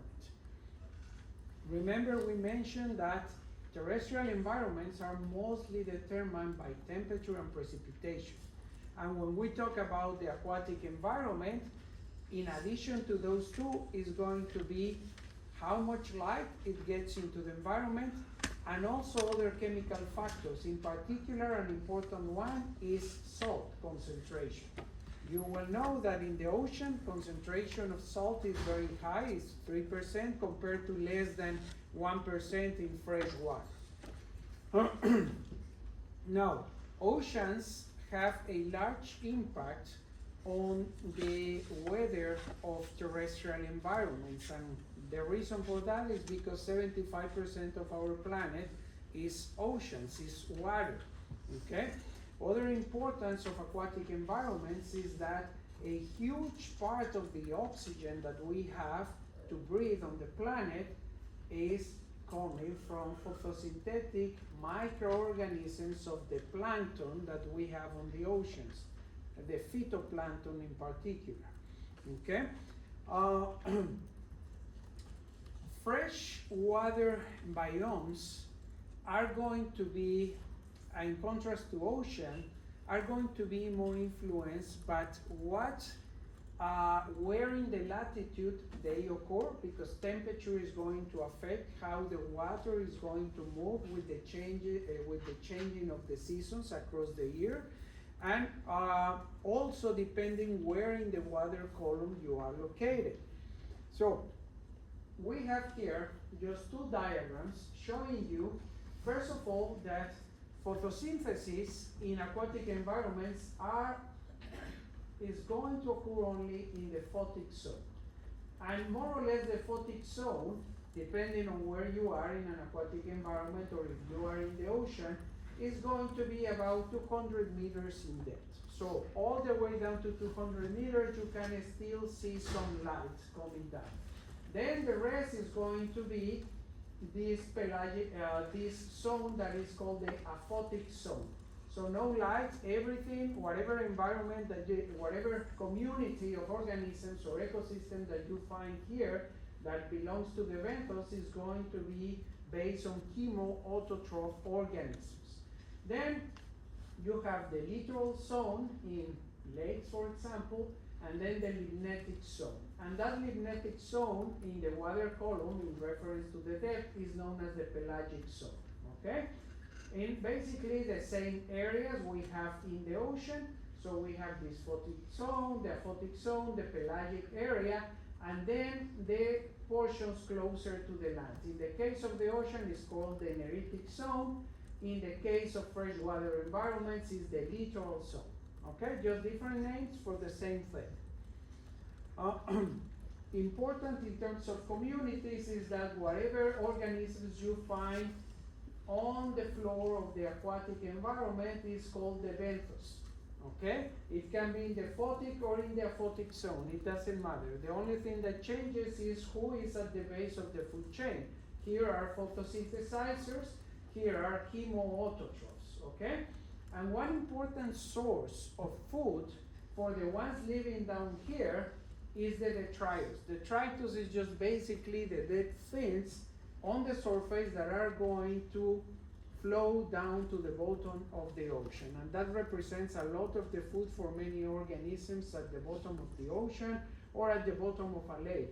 And as you can imagine, it's not that much either, so they need to be very efficient at using the little resources that they have. Now, when we are talking about oceans, we have, lakes, any aquatic environment, we are going to have a thermocline, okay? In the oceans in general, the further down you go in depth is going to be colder. But when we move to lakes, to inland aquatic environments, the thermocline is going to change depending on the season. If we are in a temperate lake, what you are going to see in winter is that you will have cold water, but not as cold as the surface. In the surface in winter, you are going to have 0 degrees. That is the reason you have ice. But below the ice, which is acting as an insulator, you are going to have liquid water at about 4 Celsius degrees. Very cold, but still liquid water. When the seasons change and the spring arrives, the ice is going to melt, the temperature is going to increase, and with the temperatures increases, is going to happen something like the air circulation that we've been discussing.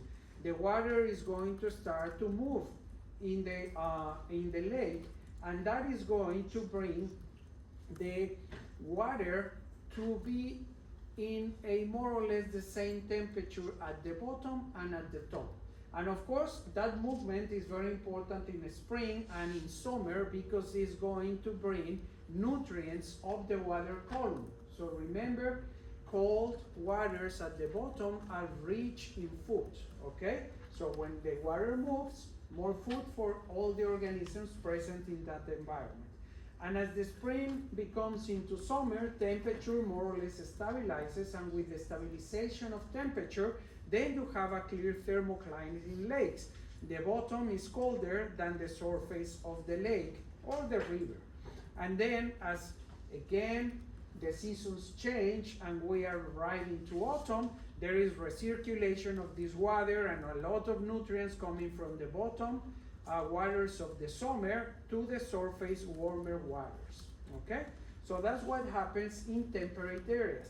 This, of course, is going to be different in tropical lakes, where the thermocline is going to be stable across the year. Upwelling. I think I briefly already mentioned that. So basically what happens is that the wind along the littoral area closer to the coast is going to move out into the ocean. So the cool is going to go into the ocean, and that air is going to bring the ocean, the warm layers on the top of the ocean, further in, and is going to allow the water, cold water currents from the bottom to come up close to the beach, close to the littoral zone. And that brings a lot of food for all the organisms that depend on that food that comes from the bottom of the ocean. Okay, that is what we call an upwelling. When we are talking about lakes, there are two major divisions of the lakes. We have what we call oligotrophic lakes. So basically they are going to have lots of oxygen, rich in oxygen, but poor in nutrients. So even though they look very beautiful, I will show some pictures, they are poor in nutrients. And then eutrophic lakes, they, depending on the season or where on the planet you are, they tend to have lower oxygen concentration, but a lot of nutrients, okay? And the problem when we pollute these water bodies is that we increase eutrophication, so a lot of nutrients, but that makes that there is less light coming into the aquatic environment, less photosynthesis, less food, and then also increases the consumption of oxygen, so it becomes anoxic condition. So that's why many people associate the name eutrophic with a polluted water body, okay? But it doesn't have to be that way. So lakes, this would be an example of an oligotrophic lake, and this would be the delta of the Okavango region in Africa. And you can see that this is a eutrophic lake. So usually in more tropical areas, you will find eutrophic lakes. So a lot of nutrients, lower oxygen, okay? And in rivers, there is usually a lot of oxygen, especially in high waters compared to low waters or closer to the delta of the river.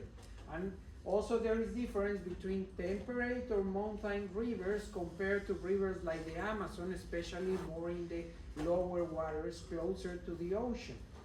So here we have also two divisions of aquatic environments. The lakes and lagoons are called lentic environments, and the rivers are called lotic environments. Okay, so that's the technical terms that people use for determining the type of aquatic environment. So lotic environments are the ones that have movement, like rivers. Lentic environments are the ones that are basically just sitting there with very little current. Now wetlands. Wetlands are among the most important environments that we need, and that's why we worry a lot when they are destroyed and polluted, because thanks to wetlands, a lot of the animals and the fisheries that we depend on for a lot of protein coming from the ocean have their breeding grounds in the wetlands. A lot of oceanic species and also freshwater species go into the wetlands to breed. So if they are destroyed or they are polluted, we are losing those resources. In addition to that, wetlands absorb a lot of the impacts when there are hurricanes. And if we destroy the wetlands, the hurricanes that arrive to our coastlines are going to be stronger, and the source of water is going to be stronger inland. Okay? So that's why wetlands are very important for many different reasons. Any questions?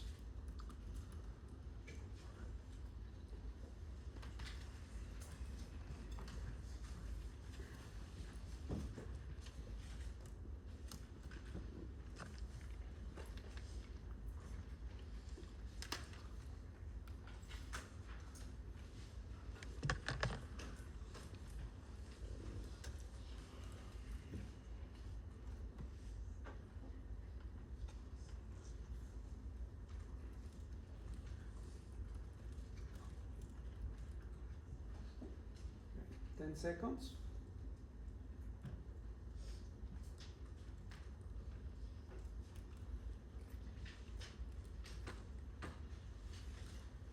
Okay.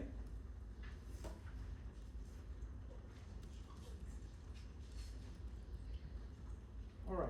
Estuaries is another type of aquatic terrestrial environment. Estuaries are basically wetlands found in the river deltas, okay, closer where the river goes into the ocean.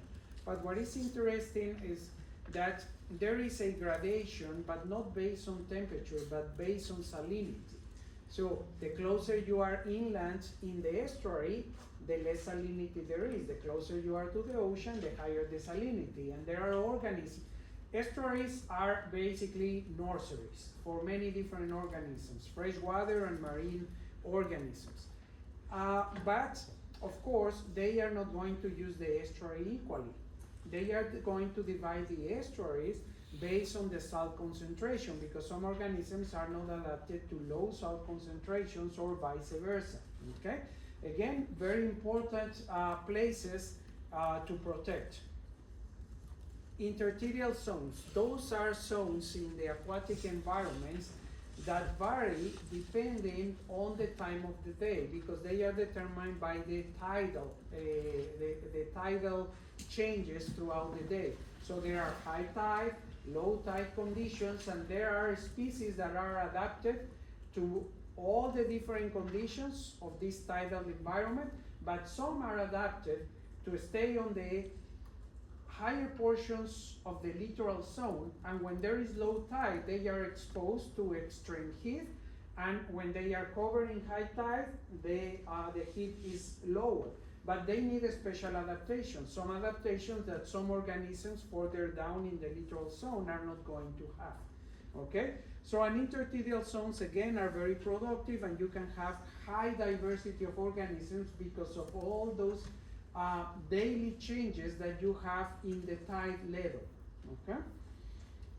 Ocean pelagic zones, usually in temperate areas there is this recirculation of the ocean, because of course we are talking about areas that get very cold, and then during the changing of the seasons they are going to warm up, and there is a lot of circulation of cold water upwelling into the surface of the ocean. So temperate oceans, pelagic areas are highly productive, and that's the reason why, for example, these whales during the breeding season, they go further north, because then they are going to have plenty of food for the babies and for the resources that they need for the next generation. And then during winter, they come down to closer to the equator, to warmer waters, okay?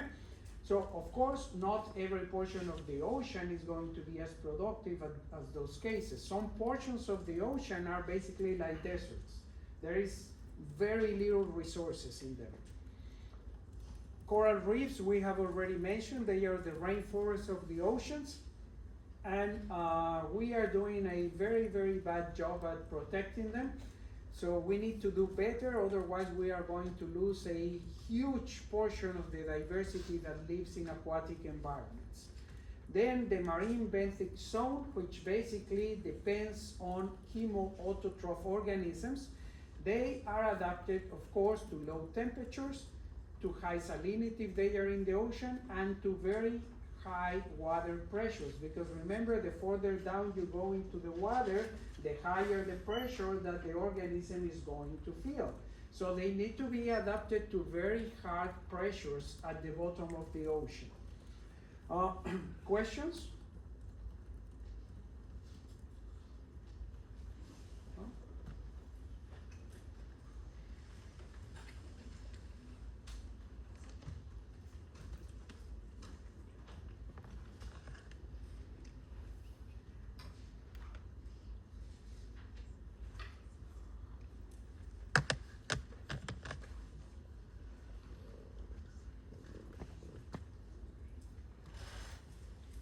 Right, 10 seconds.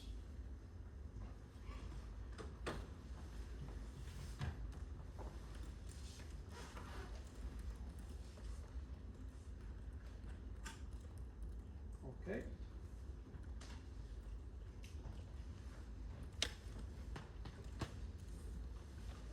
right, we're moving now into interactions across organisms and how the environment can also limit the distribution of organisms. So, the first thing that you have to understand and to remember, because we have mentioned that already, is that the distribution of a species or a species is going to be influenced by abiotic and biotic factors.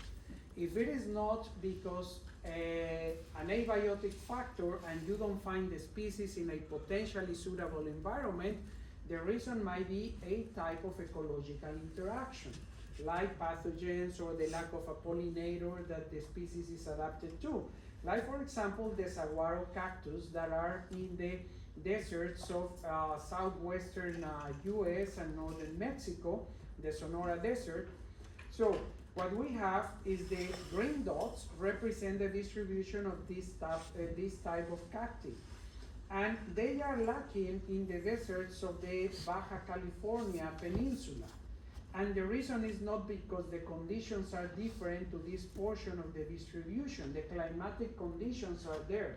What is limiting the distribution of this cactus into reaching the peninsula is that the pollinator that they need is not there. So it's a mutualistic interaction. And because the pollinator is not found in the Baja California deserts, the plant species cannot reach those areas. And if the seeds reach those areas by some chance, there will be no one to pollinate them. Maybe they can survive, they can grow, but they are not going to produce any more babies because there is no pollinators around. So, when we are trying to explain the distribution of a species, we ask a series of questions. So, if we are studying a species, the first thing that comes to the mind of an ecologist is, okay, maybe this species doesn't have such a big dispersal ability. So there is dispersal limitation of this species, and that's the reason it is not there. If it is yes, well, that's great, because we know that the species is not able to go there.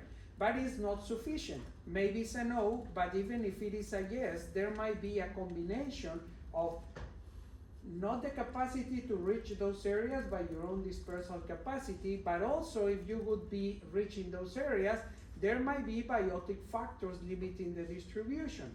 Biotic factors like ecological interactions, predation, parasitism, competition, etc.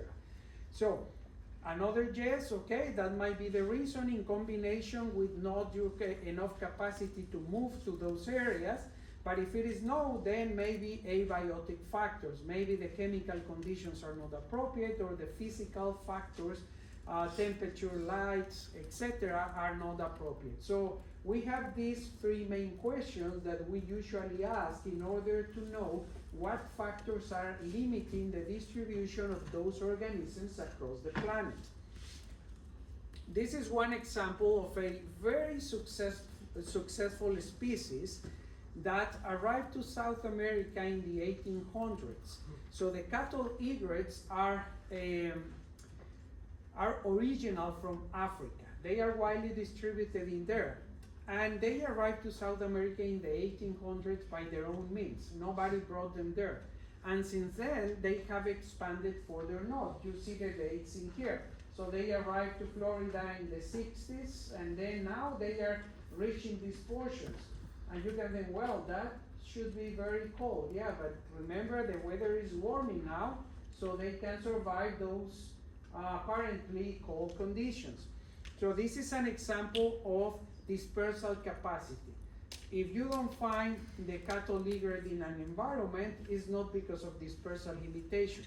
Of course, in the natural environment, it's very hard to know first if it is because dispersal limitation or really if the organism is really limited in the dispersal capacity or not. And many people have done certain experiments, but you cannot be experimenting with many things, because otherwise you bring a species to an area where it's not present, and it can become a problem. It can become an invasive species and give you hard trouble with the local native species. But sometimes ecologists at local scales, they do some transplant experiments. And basically what they are doing is in this experiment with sea orchins is that they say, okay, maybe they are limiting the distribution of seaweeds.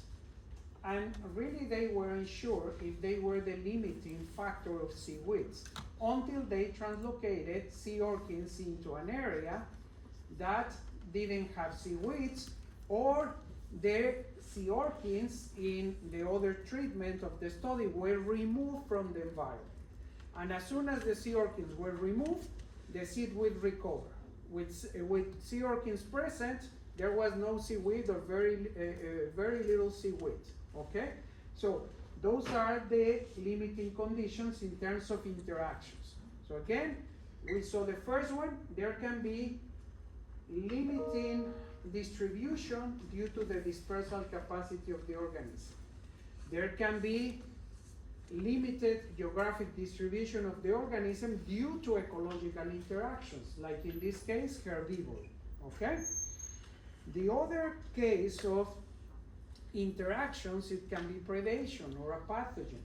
You can move to a new area, and then there is a very lethal pathogen that is going to restrict your distribution. Or it can be due to competition. You arrive to an area and somebody else is already using the resources that you need.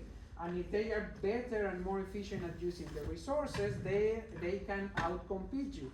Or they can directly outcompete you by killing you. Okay, so all those options are available in the natural world.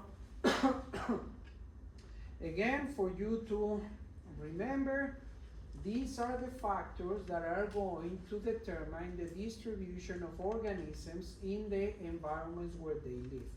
Temperature and water, or the availability of water, are going to be most important in what type of environments?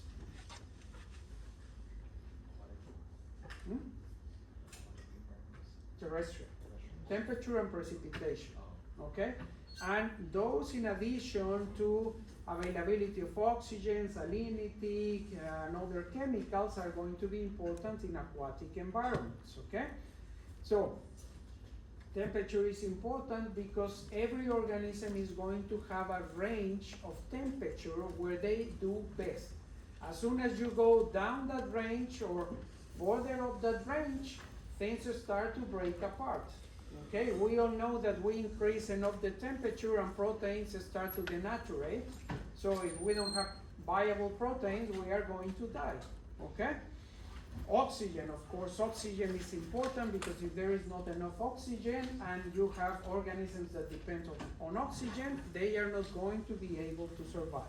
In certain species, they are adapted to salinity, and salinity is going to limit the distribution of certain organisms. As an example, take these flamingos that are adapted to very salty lakes in the Andes, high up in the Andes in Bolivia, and they are migratory. They move in there, they breathe in there, but it's very very high salt concentration in those lakes. Not every organism can use those type of conditions, especially in terrestrial environments.